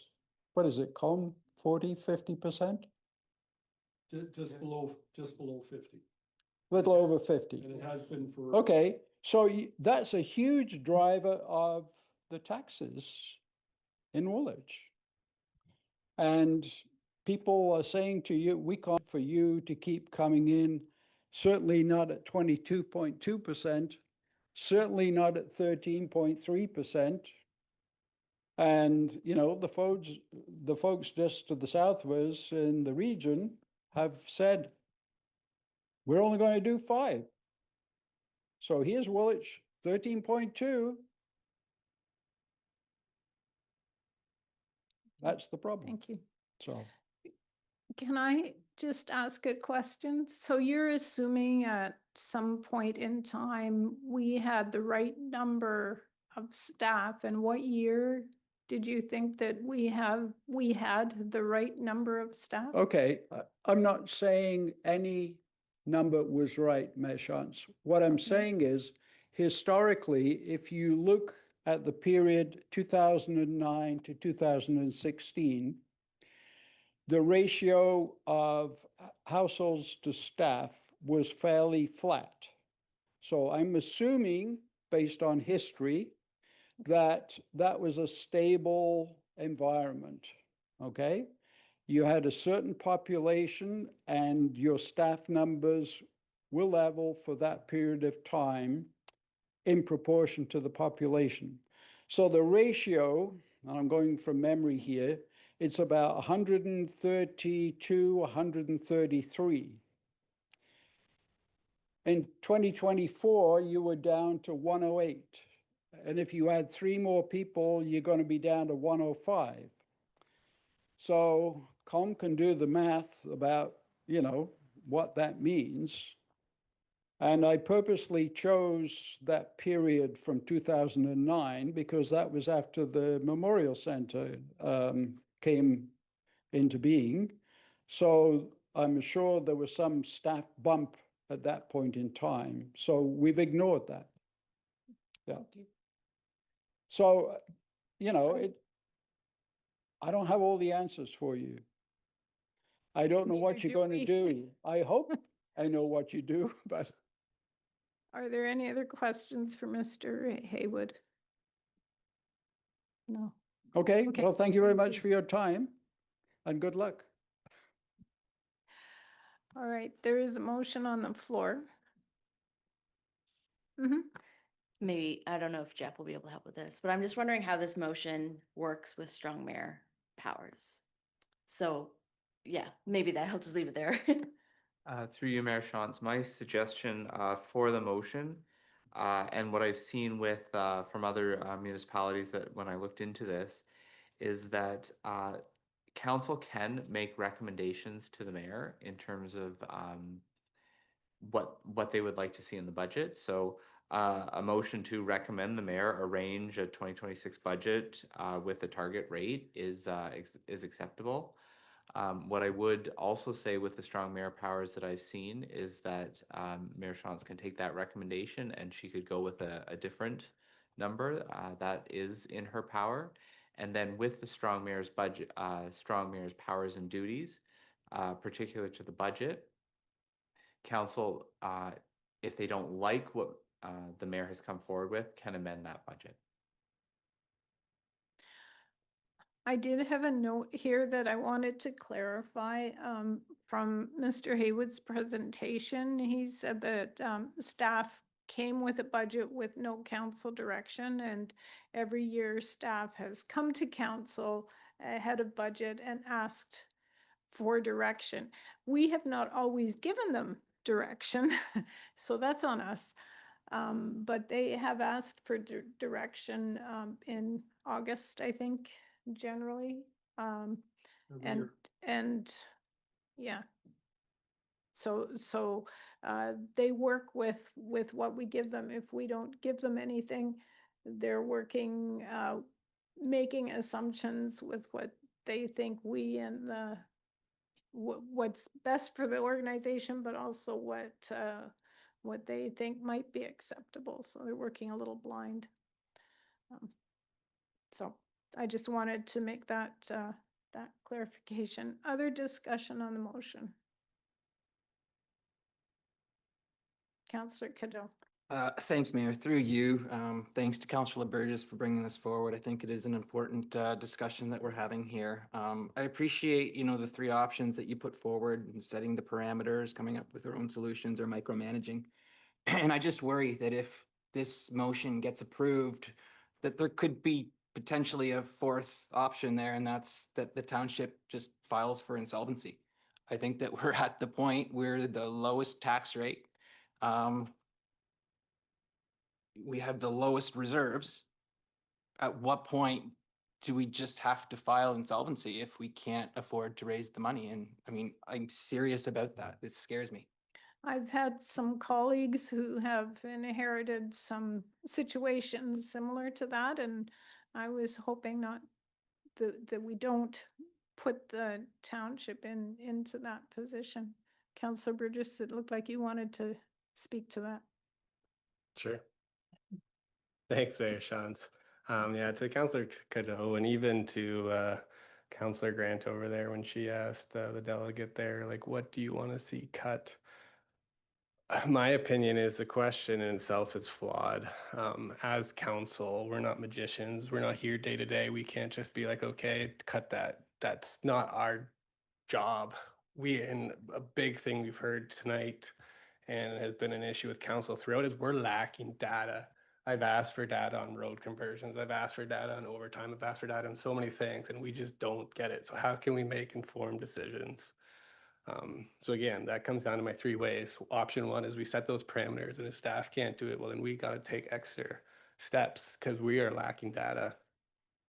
Also, again, talking about budget stuff, we don't do zero-based budgeting as far as I know. We start at, this is what we spent last year, here's inflation. But over this last year, how much has, like, good job, Director Lynn, how much has he found that we have lost literally over $1 million multiple through the tangible capital assets, the lack of water metering loss, the cost allocation we learned about tonight, that we can be so blunt to say we can't go to our budget and find savings when this is what we're finding right now. It just kind of blows my mind a bit. So to me, it's not my job to say, this is what we're going to cut. Look at what we found. We need to have to come back with a better budget. Sorry, I'll let Councillor Bryant. Sorry, go ahead. Make a note. Thank you. One thing I heard tonight through our, Mr. Dixon, I think was the name. They are the taxpayers. They are the boss, and they are telling us they have had enough. They want to see the rates reduced. And I think we need to listen to what the public is telling us. They control the monies that are coming into this township. And I've heard from many people in Breslau that are frustrated and fed up. They're looking at taxes in a residential subdivision and they're paying $9,000 on an average subdivision home. Like, that is horrendous. And you really have to question, why are these tax rates getting so high for a residential subdivision? They're like 30, 40-foot lots. They're not giant homes. And this is, and some of these people are on the verge of tears when you talk to them because they don't know what to do. They're talking about having to sell their homes to survive, and that scares me. And you look at the stats, 1 in 9 homes in Waterloo region are relying on food banks. So I think we have to look at everything and take it all into perspective and people just can't afford to continue. So we need to look at some austerity measures. And I'm not sure what those are, but something needs to be done. Councillor Cadell. Thanks, Mayor. Through you. I too commend Director Lynn for finding the efficiencies that you found since you started, but I'll remind council that a lot of those were found when we hired more staff to do the analysis. So it's kind of a paradox that you ask for more data, but you're not willing to hire the staff to do that analysis and provide the data for us.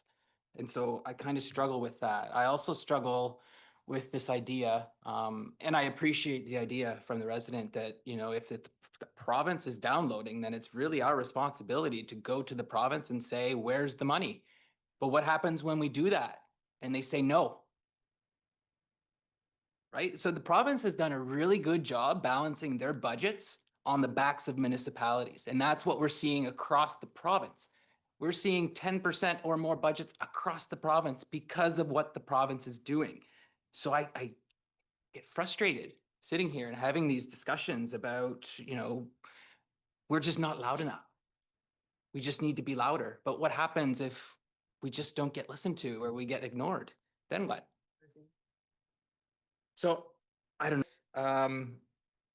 To Councillor Burgess's point, though, the data is important. If we're going to make valid decisions here, we need that data. Sometimes we need to spend the money to hire the staff to run those analysis, though. Councillor Grant. Thank you. Just on that point, I share your frustration. The time to get loud, unfortunately, was during the provincial election, which the last two have been historically low, which is frustrating in its own regard. But I wanted to touch on specifically Councillor Burgess's idea of, you know, it's not our job to make the cuts. And I disagree a little bit with that logic because staff are unelected. And I feel that if we're making cuts, if cuts are being made from services that are going to directly impact residents, it's our job to be held accountable for that. And I understand that we can come back to staff and say, hey, why'd you cut this? But I think the idea that it's staff's job to make the cut first is a bit of a cart before the horse situation. Councillor Burton.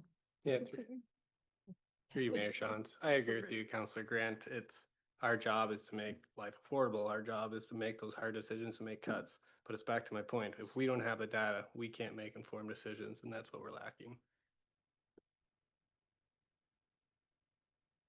If we don't have the data, staff doesn't either. So where do we go with that? Just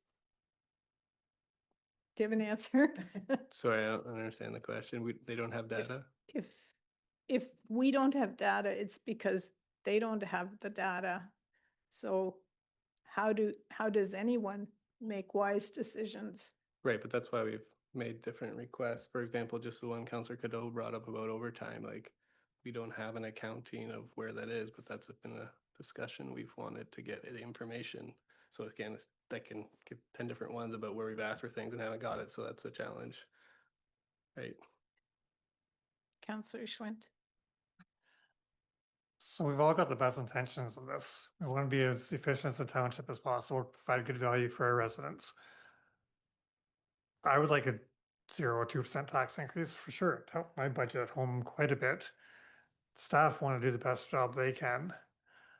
To me, both budgets being proposed are totally not realistic. We can go at 2%.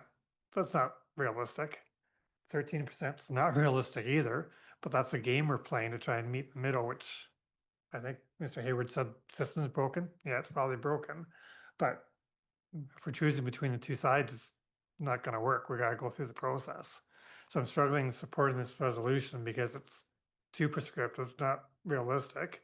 But at the same time, I applaud the direction you want to go because I'd like to be at 5% this year for sure.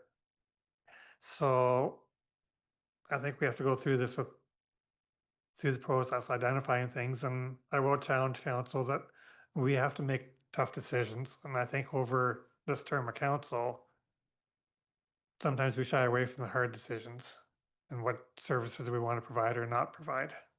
And we want to be nice people to everybody because we're politicians. That's what I want to do. But we are going to have to make some tough ones. We are going to have to make tough ones. I don't think staff, they can give us options, but we've got to decide.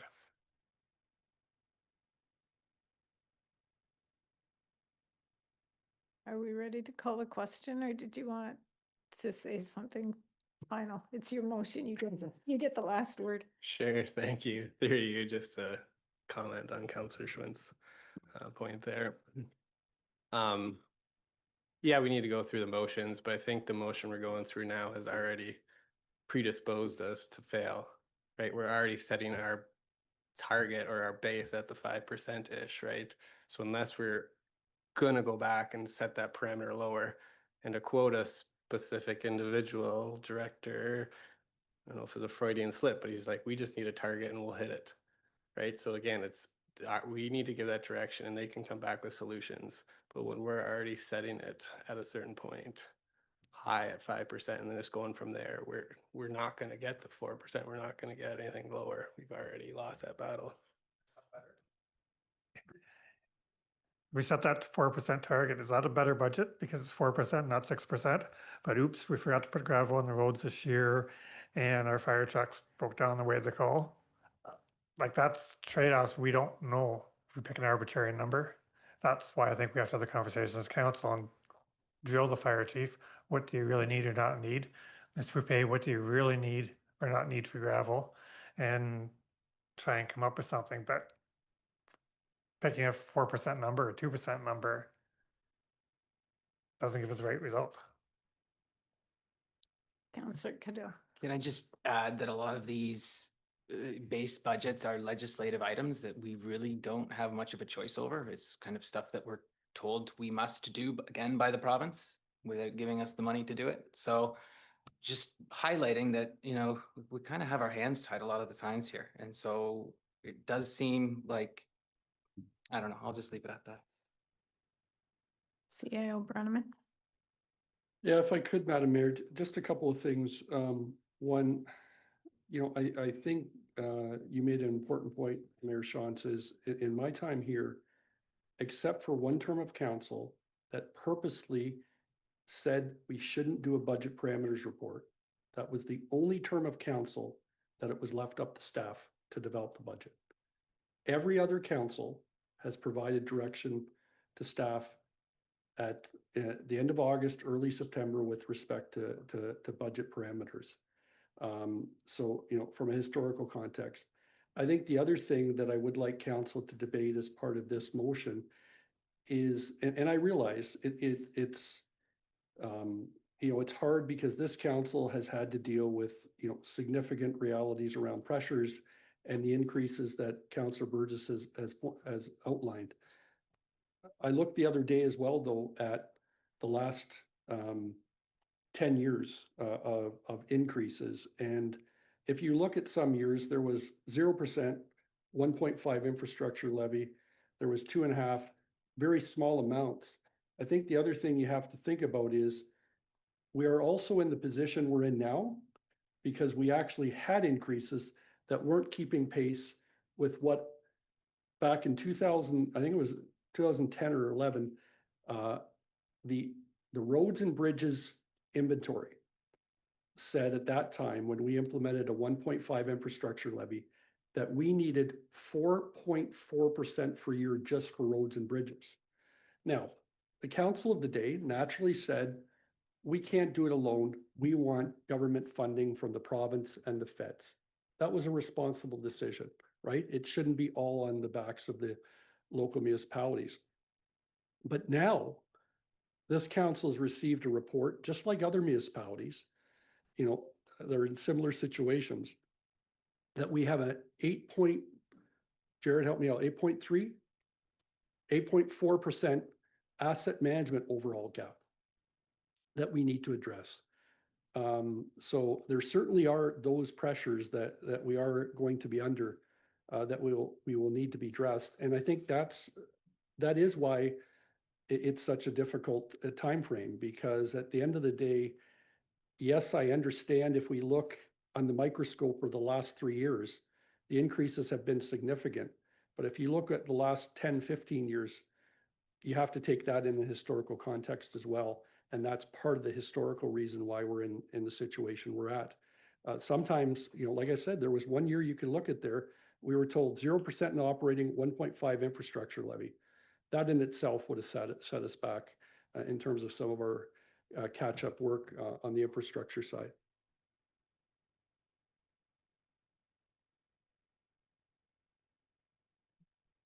Just quick question, if someone from the gallery wants to speak, are we past that point, or is there an exception to allow them to talk? That's the purview of council. I agree.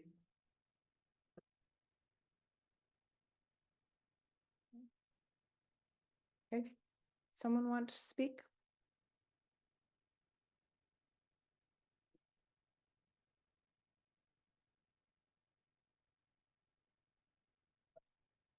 Thank you. As a resident, again, I think it's important. You're all talking, can we pass back to staff? Can we guide? Do we have to make the decisions? And I think, quite frankly, to use a somewhat crass analogy, it's time to put your big girl and big boy pants on and make some of those decisions. There's not a corporation that goes through a budget planning process where they say, oh, just tell me how much you'd like this year. There's always a CFO or somebody in charge who says, this year's budget plan is going to be 2.3%. Stick to it. And if the department head or the VP or exec in charge of that group comes and says, thanks, you told me 2.3 and here's 13%, they're going to be relieved of their duties because they were told 2.3%. And it's not the rest of the executive table that has to decide what item gets canceled or what savings needs to be pulled. The person responsible for that, who's paid that money to be responsible, is then held accountable for that budget of that team or that department. So I challenge you, make those decisions. Take the onus. It's not a councillor who's elected responsibility to determine whether road A gets gravel or road B gets gravel. That's done at the department level, a director level or below. But council, you have to hold those departments accountable and say, we do want a target of 2%, or we do want a target of 4%. And you can argue if it's 2 or 4, or support the motion or don't. But it's an important motion because, as I said, every other organization and every other family goes through that, where you say, you know what, kids, this year we're working 2%. Somebody talked about a car. Can you make a new car? You know what, if you say I have a 2% travel budget, you can't suddenly say it's just 10% and deal with it. So take some onus, have some gumption, and follow a somewhat corporate model and say, you know what, I do expect a 22%. And if you say they came with, we didn't give direction, well, shame on council for not giving direction, and shame on the staff who came to think that a 22% plus tax increase budget in today's economy, or any economy, is even responsible. It's ridiculous. You should have sent them back with a swat on their hand like a small child and said, you can do better. Don't you dare come back with that. So I would challenge you, accept the motion, stick to a target, do what you can. If you want it to be 4%, propose a friendly amendment so that it's 4%. 4% would be a whole lot better than the 8, 8, and 10 plus that we've had in the last 3 years. Thank you. Thank you. And I would just correct your presumption that staff came and expected a 22% budget. I asked them to tell us what it would take to get the organization in a good place. That is what they did, and that is what they brought us. They didn't bring us a 22% budget. They said, if you want to fix the fiscal trajectory that you are on, actually they brought me something much higher than that. So the 22% was to get us on a good fiscal footing. The 13% that they brought today is for us to discuss and to say, where do we want to reduce our staff, our not our staff, but reduce our services essentially, and for council to have that discussion. So I just want you to understand, staff didn't come with 22% saying, we want 22%. They said, this is what we need to get on a good fiscal footing. So I just want to make that really clear, because that's been a misconception that's been perpetuating in a lot of different forums. So. Yeah, thanks for that, Madam Mayor. I think you're dead on, is that unfortunately following our last budget input session, the media grabbed hold of the narrative that staff brought forward a budget of 22%. You are correct. Under the strong mayor's process, what we were asked to do was to provide council with all of the budget pressures, the potential priorities, the issues. That's also as a result of that whole input process.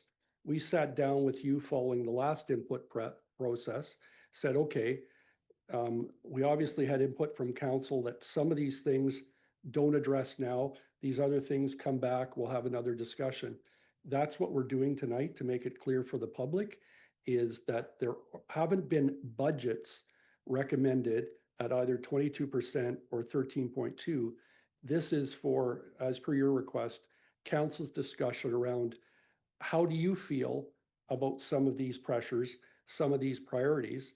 And I think, you know, in fairness, you've provided some of that direction tonight. We haven't got through everything, but you provided feedback in terms of, well, I think, you know, you can phase in the equipment reserve.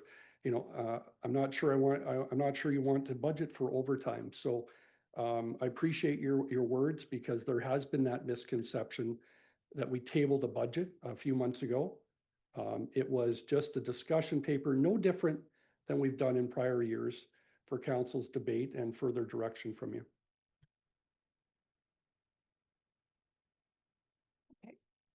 Councillor Schwint. So I guess motion the way it is now, I can't support it because it's too arbitrary. If there could be an amendment where there's more of a target range that is, I'm going to say between 4 and 6. I don't want to be at 6, but maybe we're going to be there. I don't see us be under 4. I could support something like that for year 1, and a 5% target for going forward as an absolute max. That's a great parameter to be at. And I can look at this budget and I can pull out things that I think I could quite happily support not doing to get down from 8 whatever to the 5 area. To say we have to be at 2, I don't think, I can't support that. I don't think it's going to be beneficial to the process. So how do we find a medium? Well, there's a motion on the floor unless there's an amendment to the motion. But Is that amendment that be palatable? Through you, Mayor Shantz. Yeah, basically, to answer your question, the target range is 2 to 5. That's kind of what I'm implying there. We're aiming for inflation as a base kind of goal and can work from there. But again, if you want to propose something like 4 to 6, it's I think, yeah, that's maybe a good way to do it. yeah. Okay, so there's a motion on the floor. Are we ready to call a question? All those in favor? Opposed? That motion is lost. I don't, I've heard the discussion. If you want to bring another motion, you can. I don't need a motion, but direction's kind of nice. The part I really liked about this motion was it's talking about more than just this year. And I do believe that that's been a failure for a while, as we haven't looked beyond the year at hand. And we need to be thinking 3 to 5 years in the future. So I like that, aiming for aiming for no more than 5 in the future. I just couldn't support a 2% this year. That's the only reason I didn't vote for it. I think to provide a future, any budget it's pretty tough to give future direction. If we were doing a multi-year budget, we could say, do a multi-year budget with this, but that's not how we've particularly operated, and I don't think staff is prepared to do a multi-year budget this year, although I think it would be a good idea. But oh no, we got to bring out the defibrillator again. Yeah. If I could, just through you, I would like some help from the clerk, going back to my previous clerk days. Can council pass a motion that actually binds a future council? Can they? So through you, Mayor Shantz, the council could not pass a motion that would bind a future council. I think, again, what I recommended to the councillor moving this was a motion to look at limiting future budgets, I think is in order. It gives you some guidance. But again, specific direction to limit budgets no more than 5% would not be in order for a future term of council.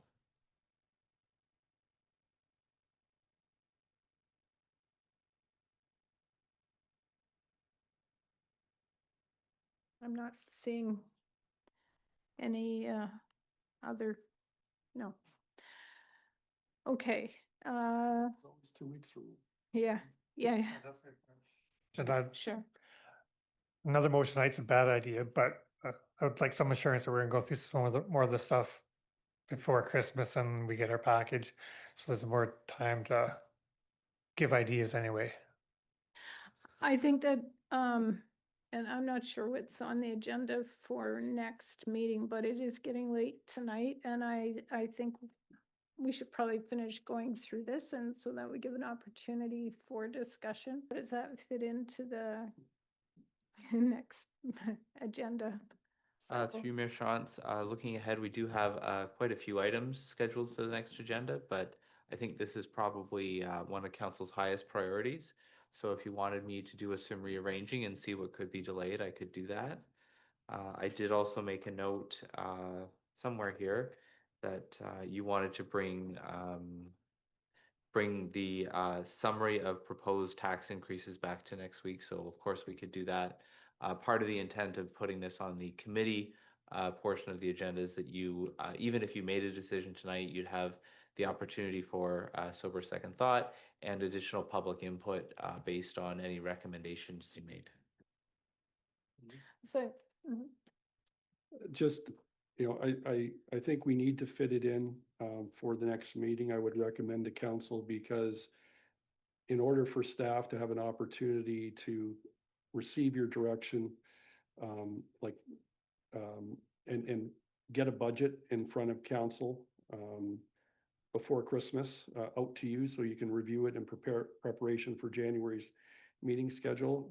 I think we have to try and see what we can move off the next agenda, so that you have the time to be able to deal with this, because you're going to need some time to process this, and we're going to need some time then to finalize the budget for your mayor's budget to present to council in January.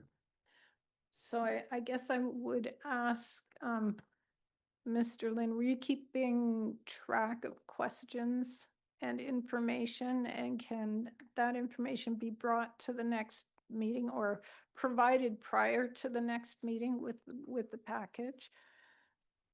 Do you want to, can you summarize what your, do you have it handy?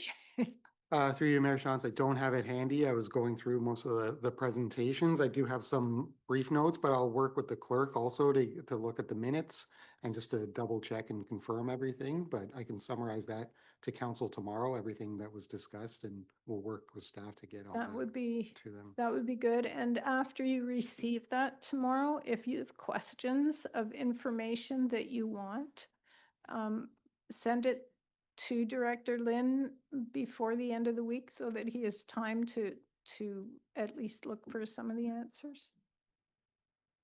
Okay, and can we do the fees and charges next time too? That was on tonight yet. Yeah, I don't think there was anything incredibly urgent about that. We usually set our fees to come into effect January 1st, so there is still time for that. That makes sense? Or, Considering you have an 8 a.m. or, yeah, sure. sorry? Considering we have an 8 a.m. Yeah. meeting. I vote for that. Okay, is there anything else that you need in preparation for the next meeting, you or council? Through you, Mayor Shantz, that would be my request of council. I mean, I did take some notes and I'll work with the clerk, just some of the organic discussion, but I think because this is going to be a continuing conversation, that is there anything based on what we discussed that, just to be clear, that you would want to bring to the next council meeting that maybe you didn't bring up, but you would want more information on. Like, I believe there's some reserve questions and other statistics, but is there, I could bring overtime. I'm not really sure where we landed on overtime, for example, but maybe go around the table to see if there's anything specifically that I could focus Is my it- attention on. Counselor Bryant. Just some clarity on the overtime, if that's possible, as to where it is and roughly how much each department has been accumulating, if that's something doable. Okay. Counselor Grant. Thank you. I think there was maybe a question on the state of our reserves as they are too. That might be helpful information to have. Equipment reserve, I think. Yeah. Sorry, specifically the equipment reserve. Anything else that you can think of that you haven't asked that you want? Okay.